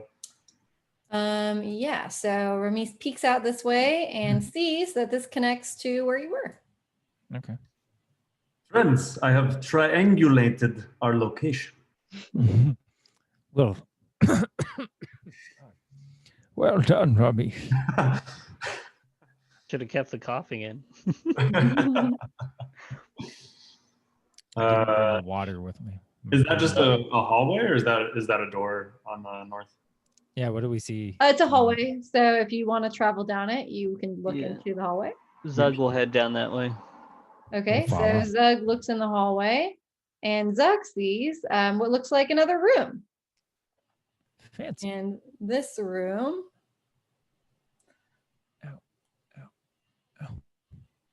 Ooh, Oh boy, trying to be. that's a nice slow. looking bed. Yeah. So you walk into this room. The room contains a large wood frame bed with a rotted feather mattress this time. If you explore the bed, it's feather instead of straw like the others. There is a wardrobe over here on the side of the room. There's a footlocker. There is an open crate over here. And yeah. I want to head over to the crate. Okay, so Zug goes and enters into the crate, and Zug finds inside of the crate there are 30 torches, and there's a leather sack, and if you open it, you will find 15 candles inside. That would have been helpful earlier. So you can take the torches and candles if you'd like to.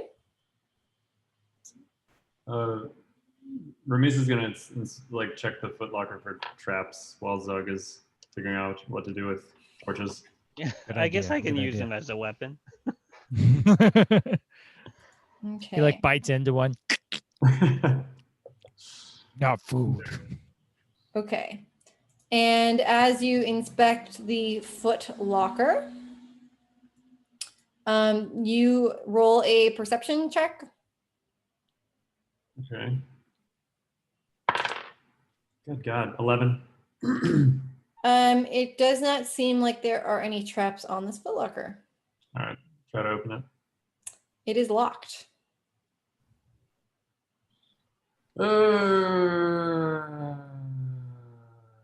Kane, do you see anything magical in here? Is this worth my time?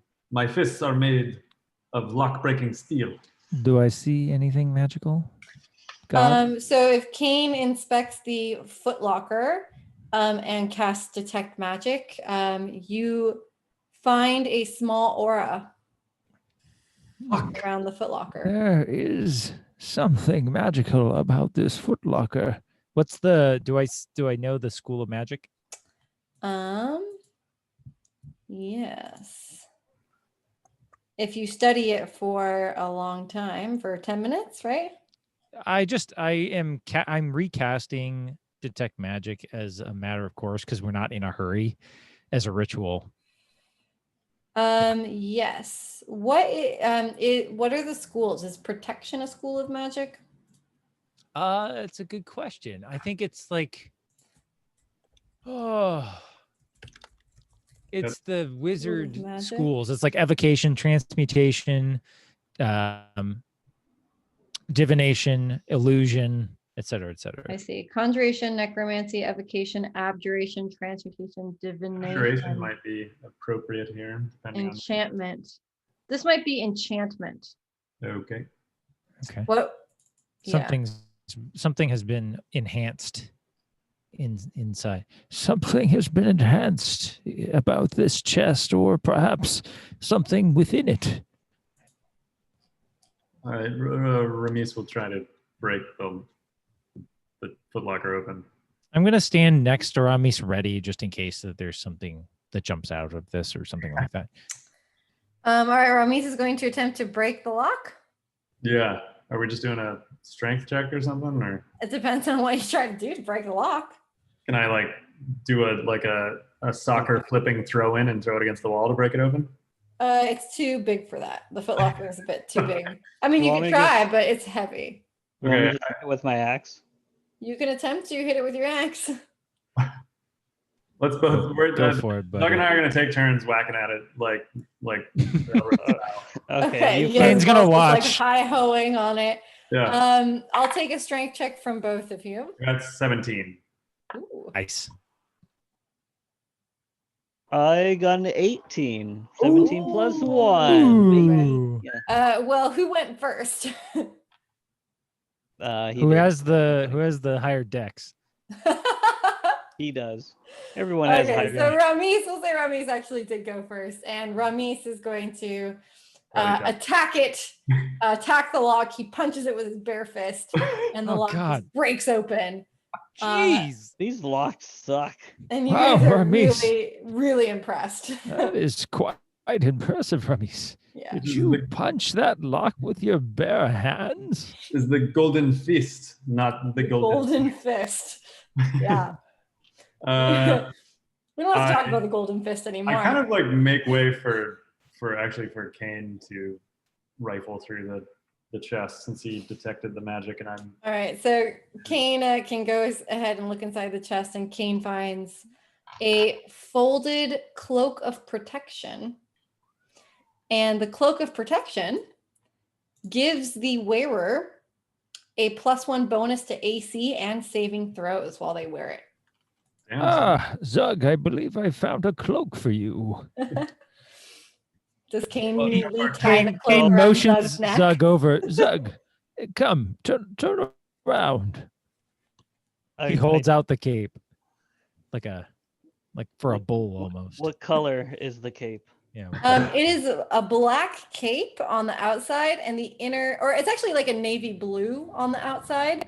It has golden trim, and on the inside, it's like a dark burgundy. Okay, yeah, that's cool. As long as And it it's has not a red. hood. If Kane you want to wear the hood. fastens it over Zug and pats him on the shoulder. There, that ought to help a little bit. Is Zug The cloak is for Gross sure way too small for Zug, but he still wears it. It just looks very short and silly. Ramis Zug is hero now? Takes tiger stripes temporarily on the cloak. What does it give you? It gives you +1 AC and what else? Right, plus 1 is saving. prestidigitation. So it looks like he's wearing a tiger skin cloak. Yeah, I want Zug to like it.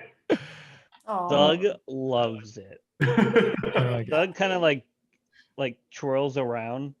Like, ooh, ooh, look at me. Ramis gives a little bravo. Yes. It gives Okay, you +1 that's in not the AC. only thing What that's else in does the it do? chest. If you continue to rifle through the chest, there are more items. Yes. Kane, your job is not done.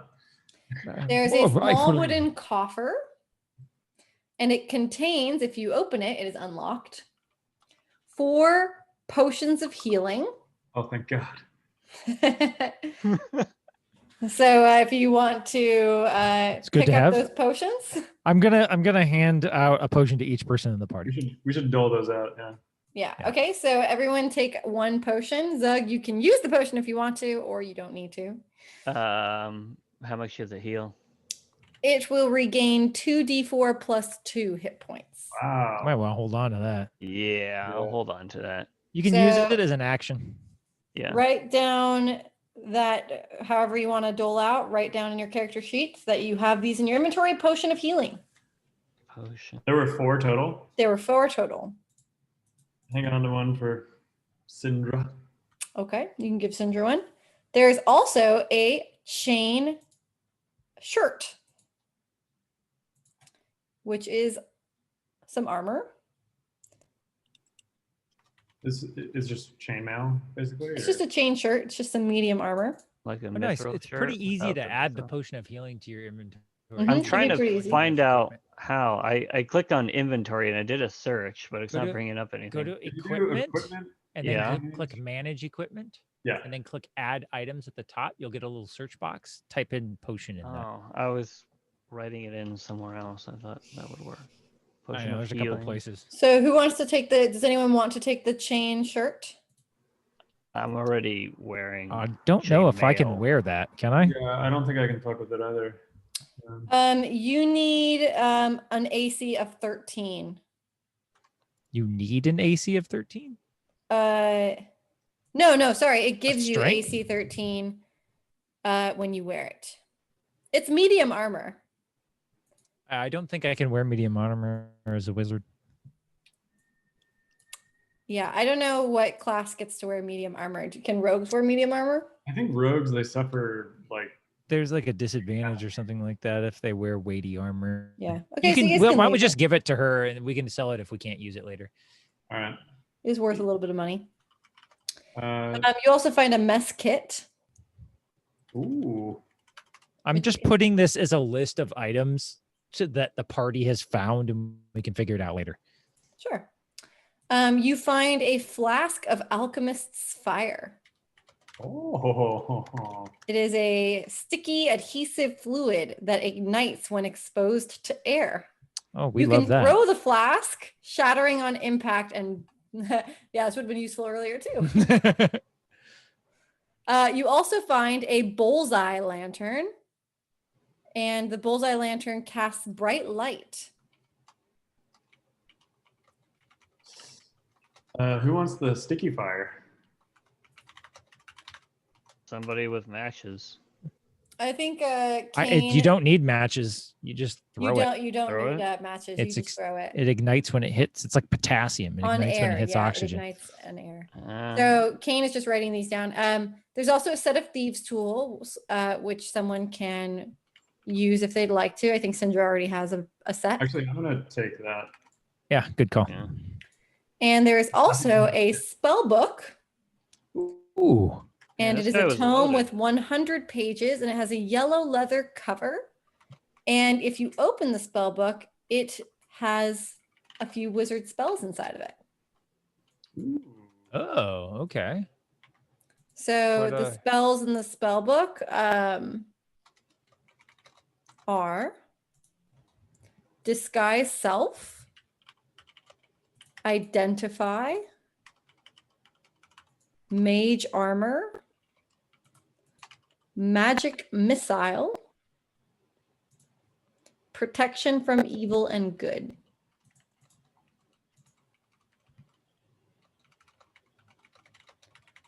Okay, I wrote them down. Cool. And it also has some second level spells. Ooh. Dark liking vision, this.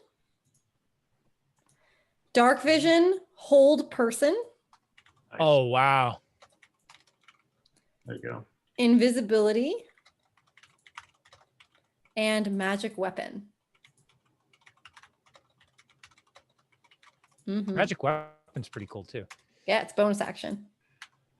Okay, cool. I wrote those down. I can't put them. I can't memorize them unless we take a rest, though. So I Sure. think we're good for now. And there are also some tattered black robes. Anything special about the robes? Are they magical? Mm-mm. Okay. Perhaps we want to dress up as cultists. I'll be Kane's gonna go head ahead cultist. and throw that robe on. Actually, he's gonna throw it on. I think Yeah. Kane can pull off the cultist vibe pretty easily. Sure. Kane throws on I'm the a robe. master of disguise, Kane, by the way. You're I a have a- master of disguise. You're already working on the disguise self. We have another robe, right? There's 2 I robes. know we picked up a robe early. Yeah. Oh yeah, and you also picked up some robes earlier in the well room. That's right. We got robes. You guys We should have all be 3 wearing robes robes. actually. Yeah, You I'll throw have it on 3. too. Throw on the robes. But then I also put question. the top hat on so as not to lose myself. Your class, right? Sure. All right. Where would you like to head next? There are no exits in this room as far as you can see. I think we just have that staircase going down now. Let's go to the chanting. Yeah. What does it take to attune to a magic item? I think it's a rest, a long rest. A long rest? Okay. Yeah, something like that. Okay. For the cloak, I'm pretty sure It's requires what was it? attunement. Besides 1 AC, Josh. +1 is saving throws. Oh, good. Yes. That's awesome. Yeah, that's a Yeah. really, really good cloak. Mm-hmm. I just have to attune to it for it to take effect. Because right now it's just making me look like a badass with these tiger stripes. You must spend a short rest focused on only that item while being in physical contact with it. Oh, we can take a short rest so that you can attune to that. My precious. It's an Do we hour. need to? Short rest is an hour. Is it an hour? An hour, at least an hour. All right, let's do an hour. Let's get you attuned, my Yeah, You precious. guys can sleep Plus in this 1 AC, moldy- man. You guys can sit down in this moldy, feathery bed if you'd like to. Sure. Yeah. Let's all pile into the bed. Right. I got- pat the bed, motioning for my compatriots to join me. All right. You You guys give us all the get come in hither, Hooray. bed, eyes. Short but vigorous rest. and you are spooning for an hour. I'm tuning, not spooning. Come on, guys. Before I take that short rest, I'll use my second wind and just get some hit points back. Ooh, Good idea. Good idea. good call, Zug. Okay. Let's not roll like shit. 4 + 1, 5. Hey, that's good. I'm Nice. at 13 out of 15 now. I like it. Okay. So you guys can head back out of the room and back out the way you can. You can either go out this way or you can go take this hall if you'd like to. Take the hall, I guess. Yeah. Yeah, let's Yeah. take the hallway. So you guys take the hall and you arrive back at this square where the ghouls convened on you. And if you'd like to, you can go down these ominous steps. Are We they definitely hear more chanting coming from You that hear direction. much more chanting coming from the north as you approach this area. Okay. Yeah. Well, Zug, I believe you can take your position in the front as usual. Before I turn that corner, I'm gonna peek around it. Yes, and as you and- peek around this corner, you see that there are more stairs. Oh, you Um, find the bathroom. like? I think Ramis is going to motion a hush, and like I think we'll try to like stealthily advance before Zug. Yeah, because I have a disadvantage at stealth, so Yeah. if you guys want to go first. So you want to stealth your way down Yes. Okay. stairs. Yeah. Okay, so you stealth your way down these stairs. Roll a stealth check for me. Oh god. Oh god. You want one Oh, from no. myself as well? I'm apparently the master of stealth. I just rolled a nat 20 again. I got 17. Okay, so you sneak your way down, and we are going to have to clear all these annotations. Zug got a 19. Nice, Zug. Zug, you stealthy. Oh wait, I have to run roll twice. Then you're gonna get a 1. All right. 13. So Disadvantage technically sucks. 13. Yeah. And you arrive. Let's see if I can find it. Oh yeah, nailed it. Oh, amazing. Wow, darling. Heck Good yeah. erasure there. Look at me go. This is totally working. You arrive here, so this is where it leads down to, into this area. And you guys are Oh, boy. sneakily heading into this area. As you round this corner, you see more stairs. It really goes down. And you see more stairs, and it leads into a room that you can see.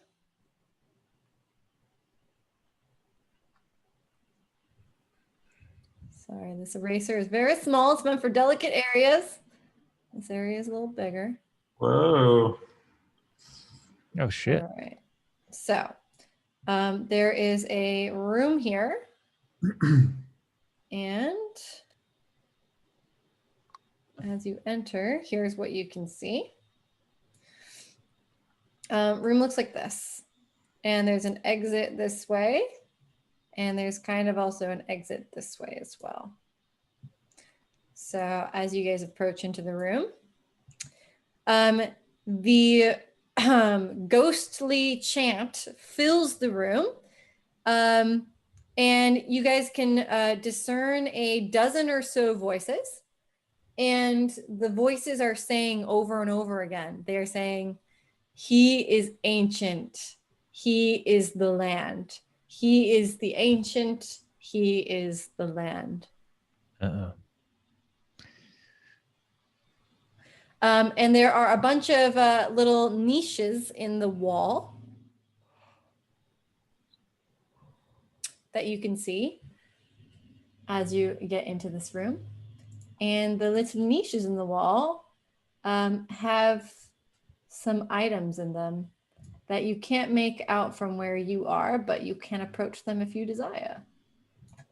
And if we listen closer, does the chanting, is it just emanating from this room, or is it coming from the bottom? It is not coming from this room. It is definitely coming from your, in this case, it's going to be West. yeah, your west. I think Ramiz is going to continue to try to advance stealthily. Are these like pillars in the middle of the room? Are these? Yeah. What are those? These right here. Yeah. Yeah, it looks like These pillars. are some so these specifically are like little posts that are holding up the room. I think Ramiz is like trying to dodge between them to get closer to the west side of the. I must have missed it. But what are on the walls? Are those like little alcoves? They're little Yeah. alcoves, yeah. Okay. And if you want to explore any of the alcoves, you are welcome to, or you can head into a different direction. Kind of want to poke around the alcoves. Yeah. Make sure we're not Like- missing anything good. Yeah, like one would peruse an art So museum. Zug, Nice alcove. Zug might just like walk up to the first one and just look at it.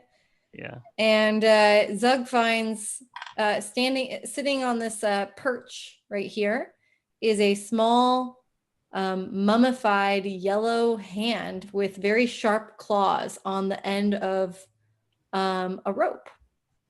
That's gross. Nice one. Eat it. Oh God, no. Let's try the next one. Okay.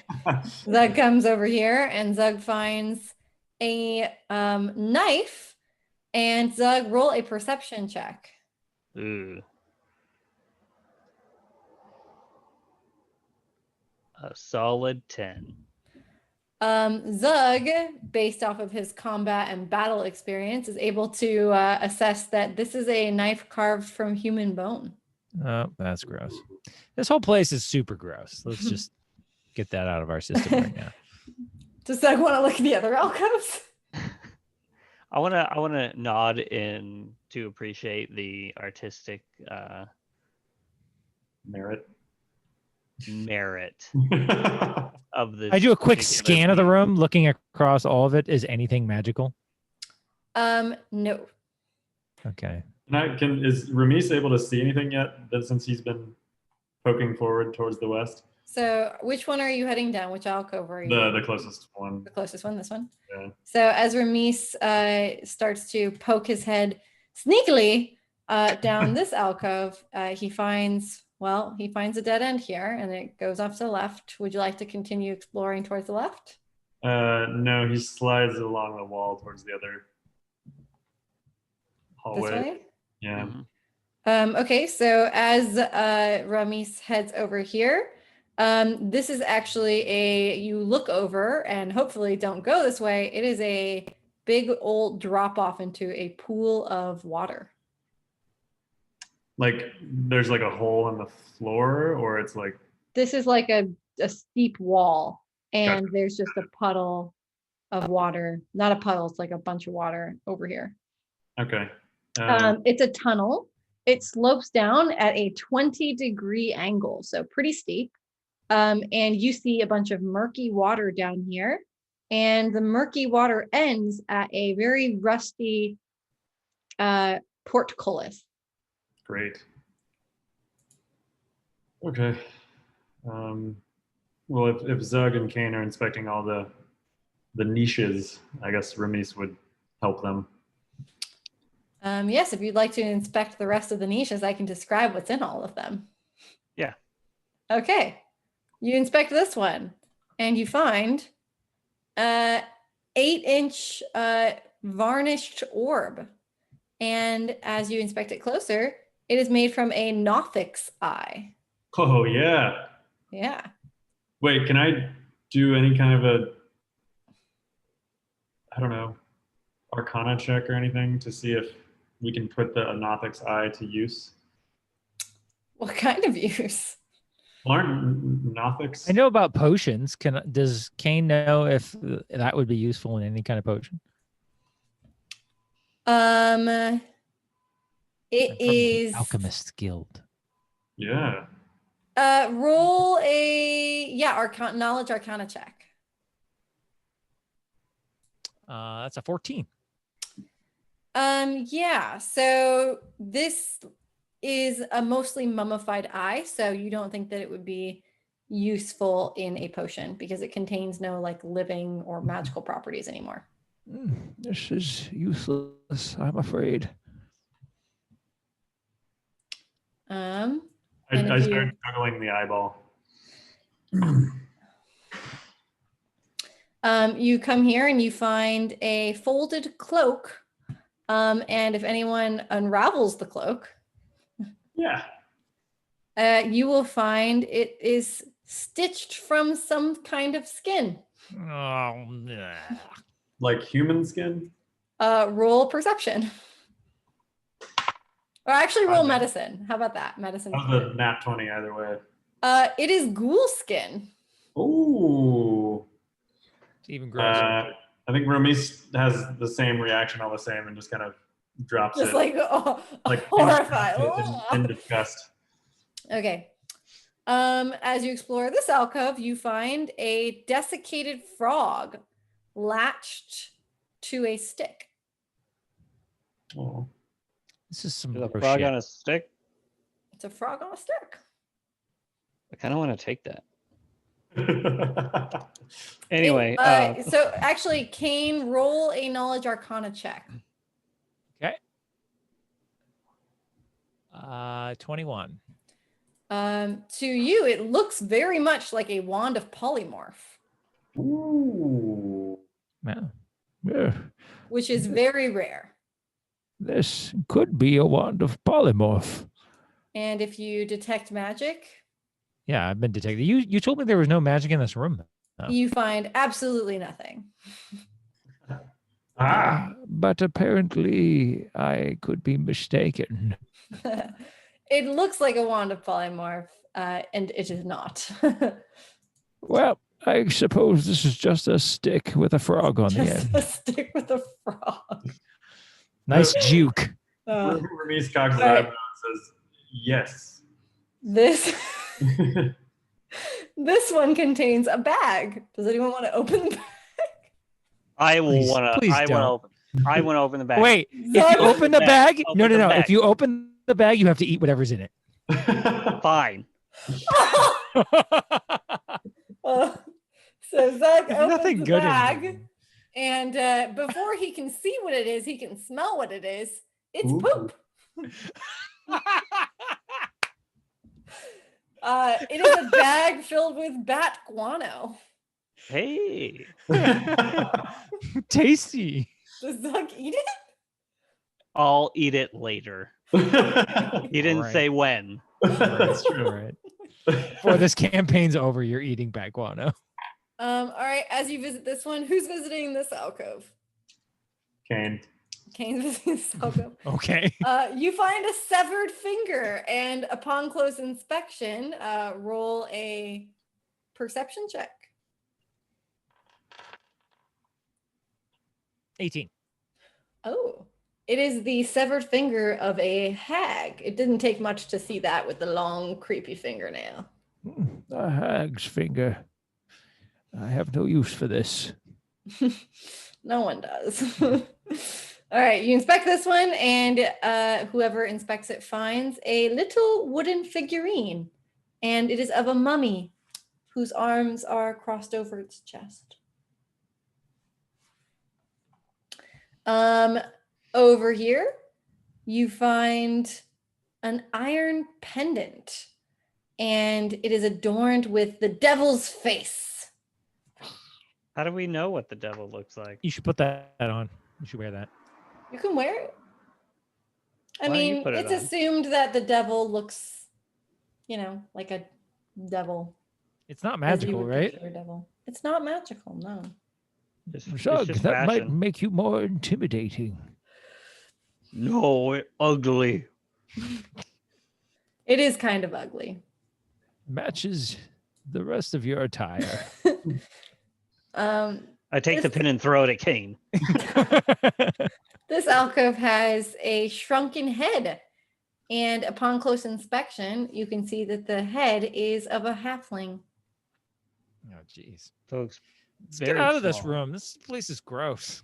There's still more alcoves. You want to look at them or not? I don't think so. Okay, we can leave. It's up to watch you the guys. last one contains like full plate armor. This one contains a small wooden coffer that has a tongue inside. Great. You got to wear that tongue now I have to. Why do I have to? because you were excited about the prospect of full plate armor. Well, you know what? I'm just disappointed. What about the last one? This one in the middle? Oh, are there two more? No, there's only one more. Okay. Oh, Yeah. I think you guys went to this one. I just didn't mark it. Okay. There is one more, and it contains an aspergillum carved from bone. What's an aspergillum? I don't even know what that is. It is a little vial that you would store holy water in. Ooh. That's kind of neat. Wait, you said it was empty? You can shake it. Well, is there like? It's Not that you translucent. can sense. Okay. I don't No. want a bone aspergillum. Nah, I don't think I need that. Where did we hear the chanting coming from? It's coming from your west. Oh, it's coming from the water. From this way, yeah. Oh, okay. Can we there is a hallway. can we you said it was a really steep hill going down, right? Yeah. Yeah. Very steep slope right here. Can we And tie a bit of rope around one of the posts and can we carry our nat 20 sneak and see if we can see what's going on down there? You can. There is a rusty portcullis that is here blocking. Can we see through it? Yes, it is like chained, so you can still kind of see through it. What do we see? I'm gonna say we tie. Someone will tie a rope around one of those posts and then lower so that we can easily get back up the ramp. Okay, so I guess whoever wants to descend will make an athletics check. Don't look at me. The golden boy can do it. The golden boy doesn't want to go down here. I mean, I can. Actually, I have pretty strong athletics. I can go. Zug is like the heaviest member of your party. You sure about that? Yeah, I have zero athletics. Yeah, I'll try shimmying down. Okay. So Rolling. you can shimmy down and roll an athletics check. It like hovered on the 20, and then I got an 8. So 8 plus 3, 11. Okay, so you do make it down with a big splash in the water at the end. And you get like really disgusting water splashed all over you. It's only mildly Your disgusting. feet are submerged 2 feet or so into the water. And as you look past the portcullis into the room, you see more water. The room looks like a sunken room. And the chanting that is heard throughout the dungeon suddenly mysteriously stops. Uh-oh. I recognize this as a bad thing. Should clamber back up the rope. And you look in and you can see, so what you see is, and I guess I will reveal some of it to you because I can do that. So what you are able to see from looking directly in, you can kind of see about this much. You can see Should have just taken the hallway. a We can still do that. And there's kind nothing of stopping us. altar here in the middle of the room. And this is about as far as you can see, is like this much. That's too much. Hold on. Like this much. Can I clamber back up the slope? And You can attempt to with an acrobatics check, or an athletics check, rather. Do it. Dude, He's yeah. got a rope. 20. Okay. Ooh. Pretty simply, you can do it. Okay. And I'll relay what I saw with vivid hand movements. Did you see any cultists, Zug? No. Zug, no see cultists? No? Friends, the chanting has stopped. Perhaps we move down the other hallway then. And as soon as Zug reaches the top area here, the chanting resumes. Oh, son of a gun. That's weird. So it stopped for all of us or just Zug? All of you. Okay. Uh, They are a shy bunch. Let's continue then. yeah, let's take a quick look-see on the other hallway then. Okay. So you guys are going to head down this way. And as you head down this way, it winds into this direction. And if you continue on, which you may, you will see a hallway here that ends, I think you can probably see the end. The end is around, actually, I guess it's longer than I thought, here. And there are some alcoves that are on either side. Oh, goody. Let's take a look around. Cautiously. Okay, so as you peer into this alcove, let's get my annotation tools back. As you peer into either side of this alcove, you find that there are shackled skeletons and bones littering the floor. No change there. Hanging out here. And do you guys want to like inspect and look for things, or They're just hanging out. Let's take a look Hanging around. out. I'd like to collect more bones. Let's go for a walk. Okay. And as you continue to move along, you find the same situation here. And upon close inspection, it is clear that this is a prison. Yeah. Yeah. No kidding. Mhm. These guys are real good at locking people up. Mm-hmm. So you guys search in these areas. And where do you want to go next? So as soon as you arrive at this cross section, there's some other cross sections here.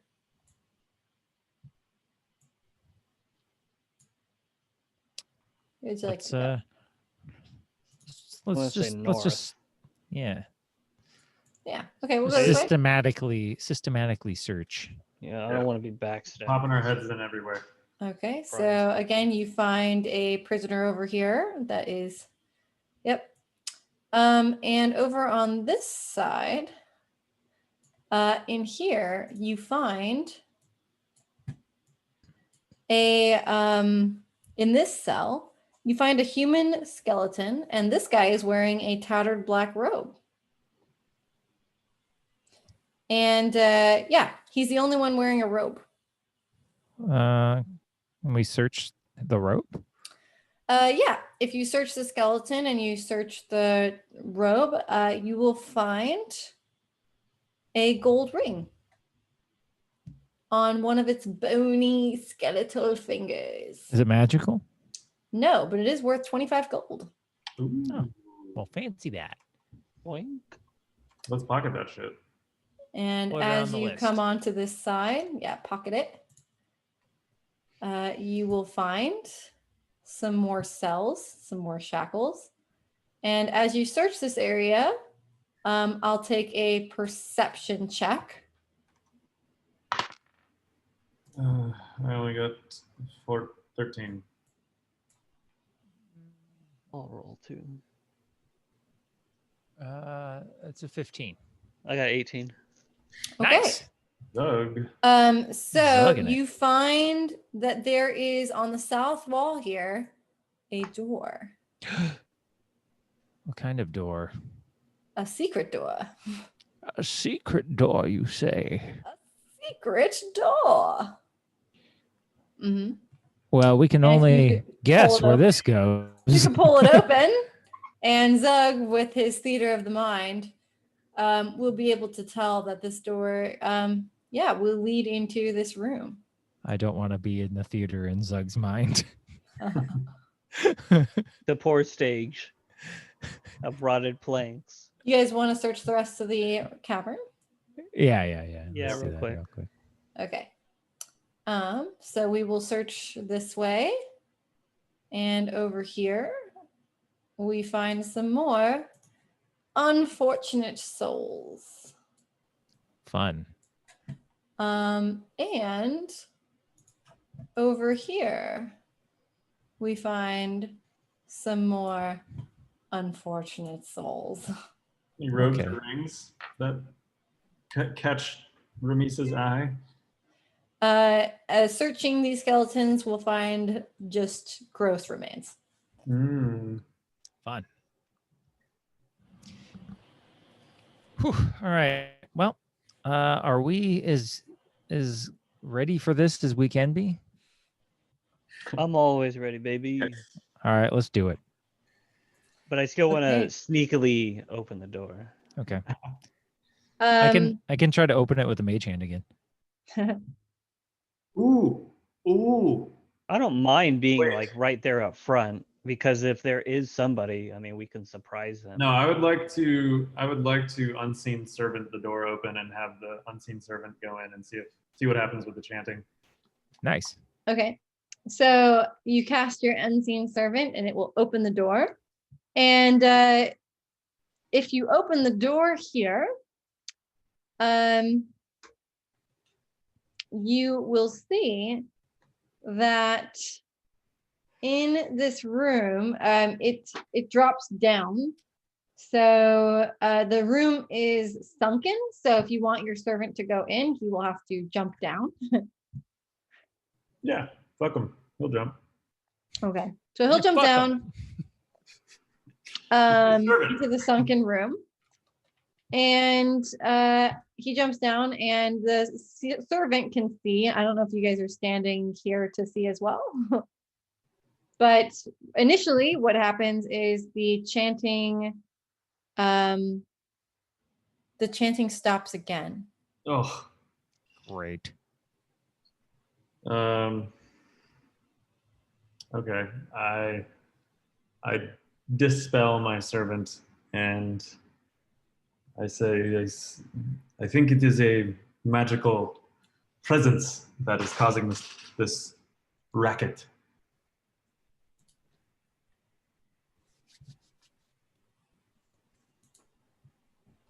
Ooh, perhaps we should investigate. I think we should all just pile in there and see what happens. Let's bum rush it. Yeah.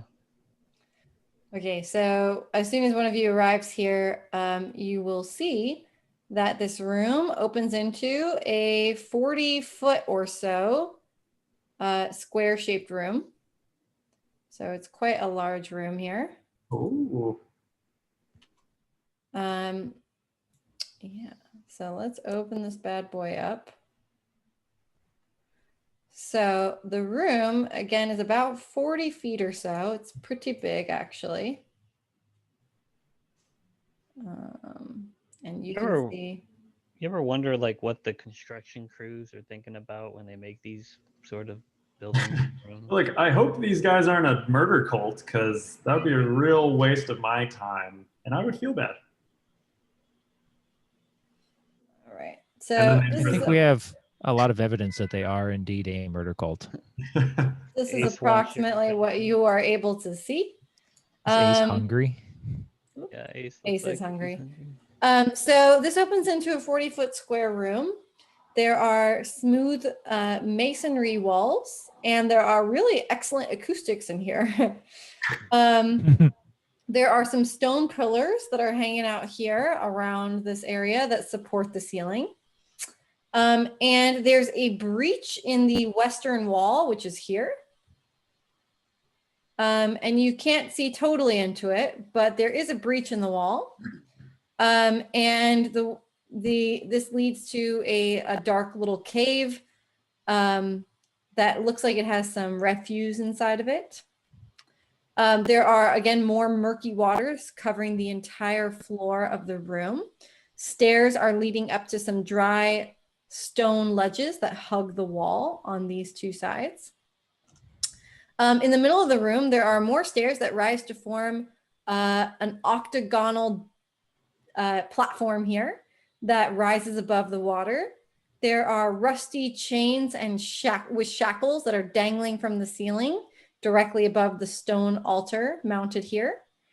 The altar is covered with what looks like some pictures, and also looks like it is stained with blood.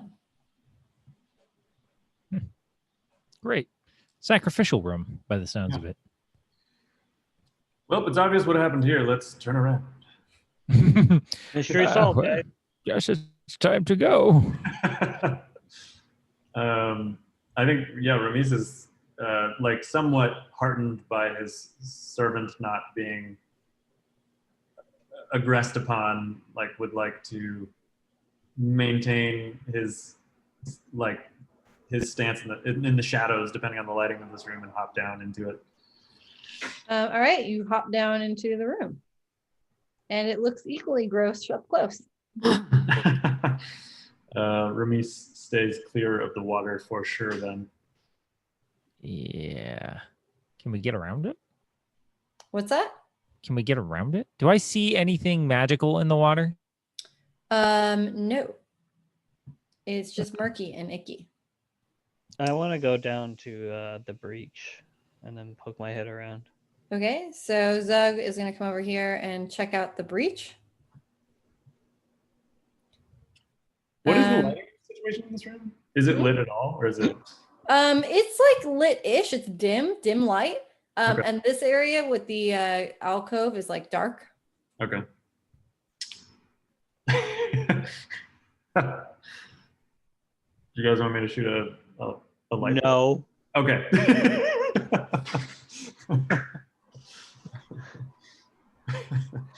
Not yet. So as Zug looks in, he sees a half-submerged pile of refuse. And Zug, roll an intelligence check. Roll a nature check, actually. Okay. Well, 3. This looks like a gross pile. Semi-gross to Zug. It's all relative, right, Zug? Yep. Guys, see anything like moving around or anything in there? No. Okay. Can I go climb on top of the refuse? You can. I just want to kick some stuff around, see if I can find anything of interest. Okay. So as you approach the Oh mound, boy, here we go. Why? Why are we fucking as around you with a approach pile? the mound of refuse, Oh, it's bad when the DM is chuckling. Yeah, that's not good. and it moves a little bit. I like whisper violently at Zug. Zug, stop. Doug, Zug back. realizes the importance of this shuffling of the refuse and promptly leaves. Zug Zug, not that dumb. gets off the pile. Mhm. I don't like it. I want to skill like go around the corner but peek at the refuse. Is it still moving? Yeah, so once you get into that area, you see that it's just a little alcove with a pile in it. But the pile moved as soon as you got on top of it. So can Ramis see the pile now? Can he discern like refuse? If you go walk up towards it, you can roll a nature check to see if you can. How close do I have to get to it? You have to be next to it, pretty close. No, Ramis is fine. He has What about you, Kane? You want to? I can go take a peek at it. I don't want to get close, but can I like look at it and also roll a nature check? Yeah, you've got to get like within at least 5 feet or so. Okay, I guess I'll get as close as I need to be in order to see it, but no closer. Okay, you can roll a nature check. 17 for 21. 21. Yeah, so this is a shambling mound. Do I know what that is? Doesn't sound Yes, with good. a 21 nature check, it is essentially a big ass gross plant, and it engulfs smaller creatures I mean, to build its stop. size. He like reaches out and puts his hand on your shoulder. I recognize this. This is a shambling mound. We want nothing to do with this. a shambling mound. That hardly sounds threatening. What is it? For context, this explain is everything. not a monster you want to fight at level 1. Thanks, I was Dave. going to suggest that we light it on fire. Maybe not. It's sitting in a pool of water. It's soaking wet. Allegedly. I ask Kane, can we keep it undisturbed and explore the rest of the room? If we're careful, I don't know why it's not attacking. Perhaps it's sleeping. We must stay away. It is asleep. Oh, good. I do know like that. crawling on it. Fucking Zug. You are so lucky that thing didn't attack you, dude. I think I that have a was feeling that on was DM caveat. right there. Danny No, it is Upgrade. actually asleep, and it doesn't awake under the condition that you climb on it. Okay, well, let's get the fuck away. But there from are that. other conditions as to which it will awaken. Noted. Well, let's check out the thing in the center of the room then. I think it's basically calling out to us at this point. It's gonna be a portrait of the family. Let's go check it out. So We're going to very can carefully make our way over to the center of the room. walk up to the so you're gonna walk up in the center of the room. Yeah. To the dais. Yeah. And as the party climbs to the top, the chanting rises again.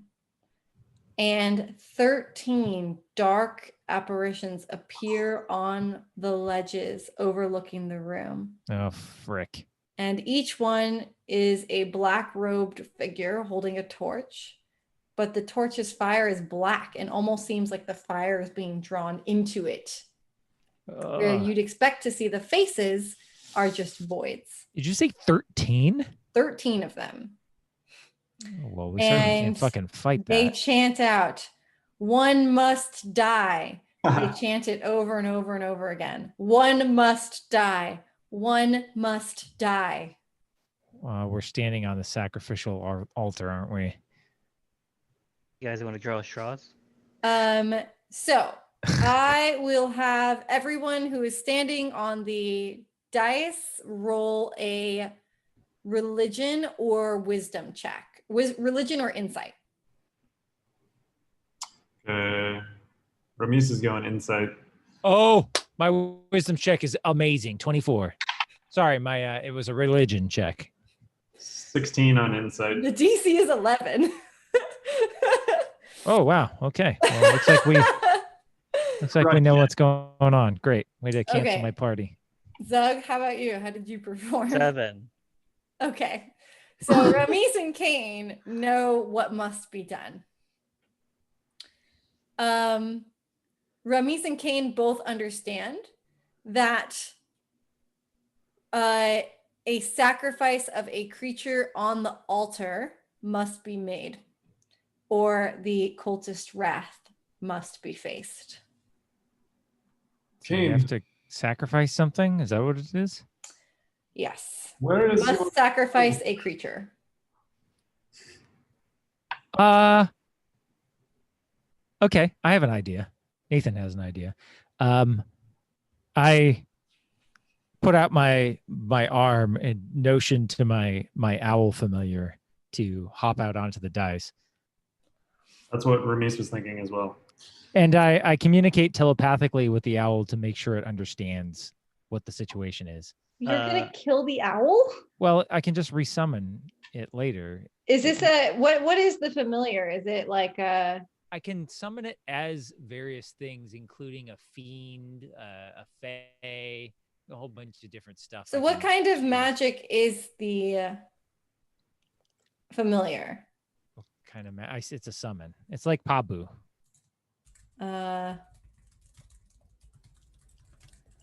Like, is it illusion? Is it an illusion? No, it's real. It can take actions. It can attack. It's like Pabu. Zug offers his bag of guano. Not now, Zug. No time for snacks. Okay. All right. You're gonna I'm gonna let you get away with this. I'm gonna nod knowingly at the owl. Oh, your familiar owl looks at you with the biggest, saddest eyes in the universe. It's okay. Kane the Cruel. I will bring you right back. And I give it a little knowing wink. Oh, It feels my warmth.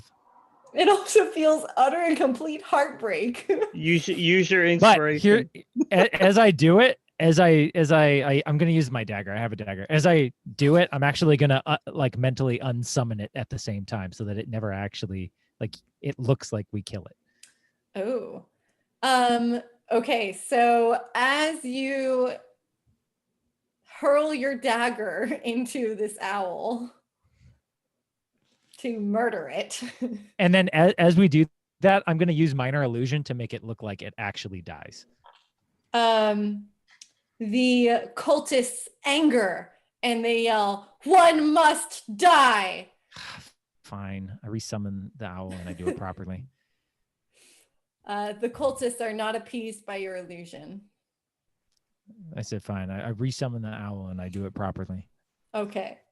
So Had to try. they watch as you resummon your owl and it manifests, and you take your dagger and plunge it into the owl, and blood spills onto the altar as the owl falls over and lets out a small little caw gasp, like, oh, so sad.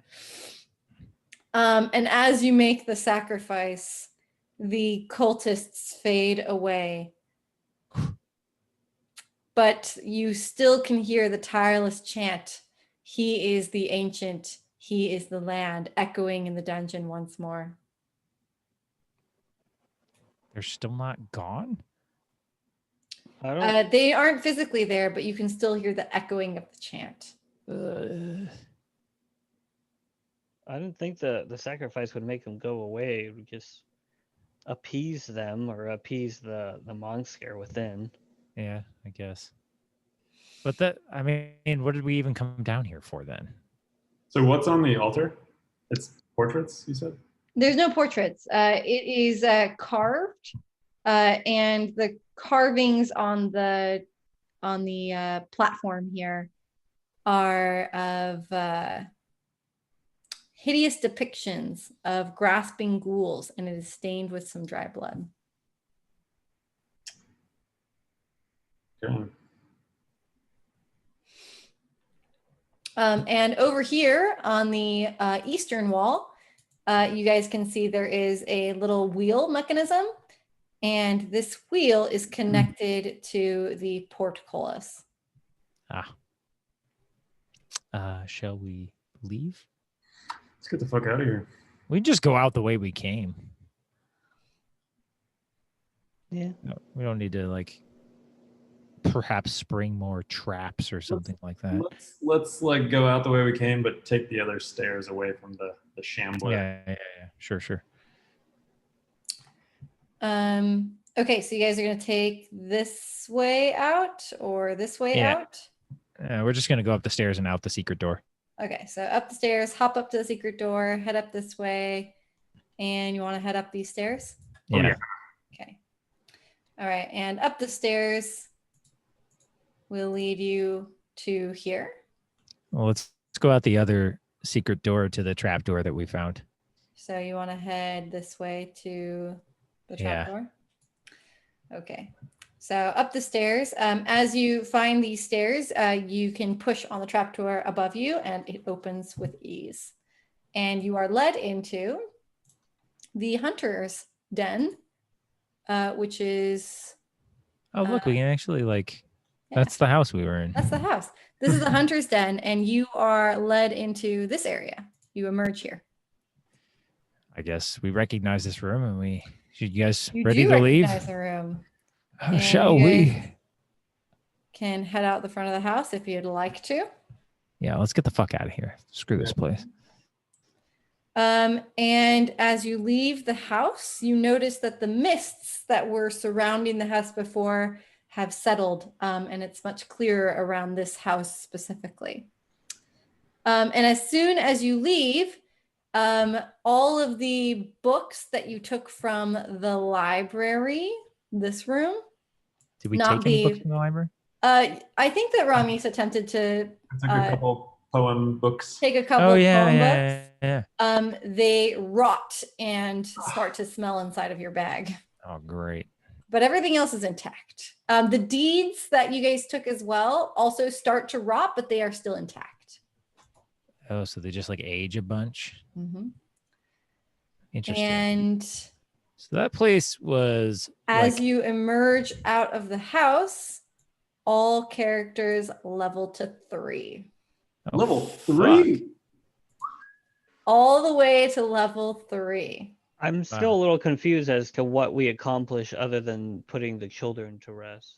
We appease the demons. You appease the cults, which has an effect on Strahd that is unbeknownst to you. And the house will no longer haunt you throughout your journey, which it would have otherwise. Oh God. Damn, I kind of wish we had just gotten haunted. I resummon my owl and I apologize and I give him a little pat on the head and then put him back on my shoulder. The owl coos at you understandingly. Good. It's good cool, girl. man. It's cool. It's cool. And that will lead us to next time on Curse of Strahd. Oh.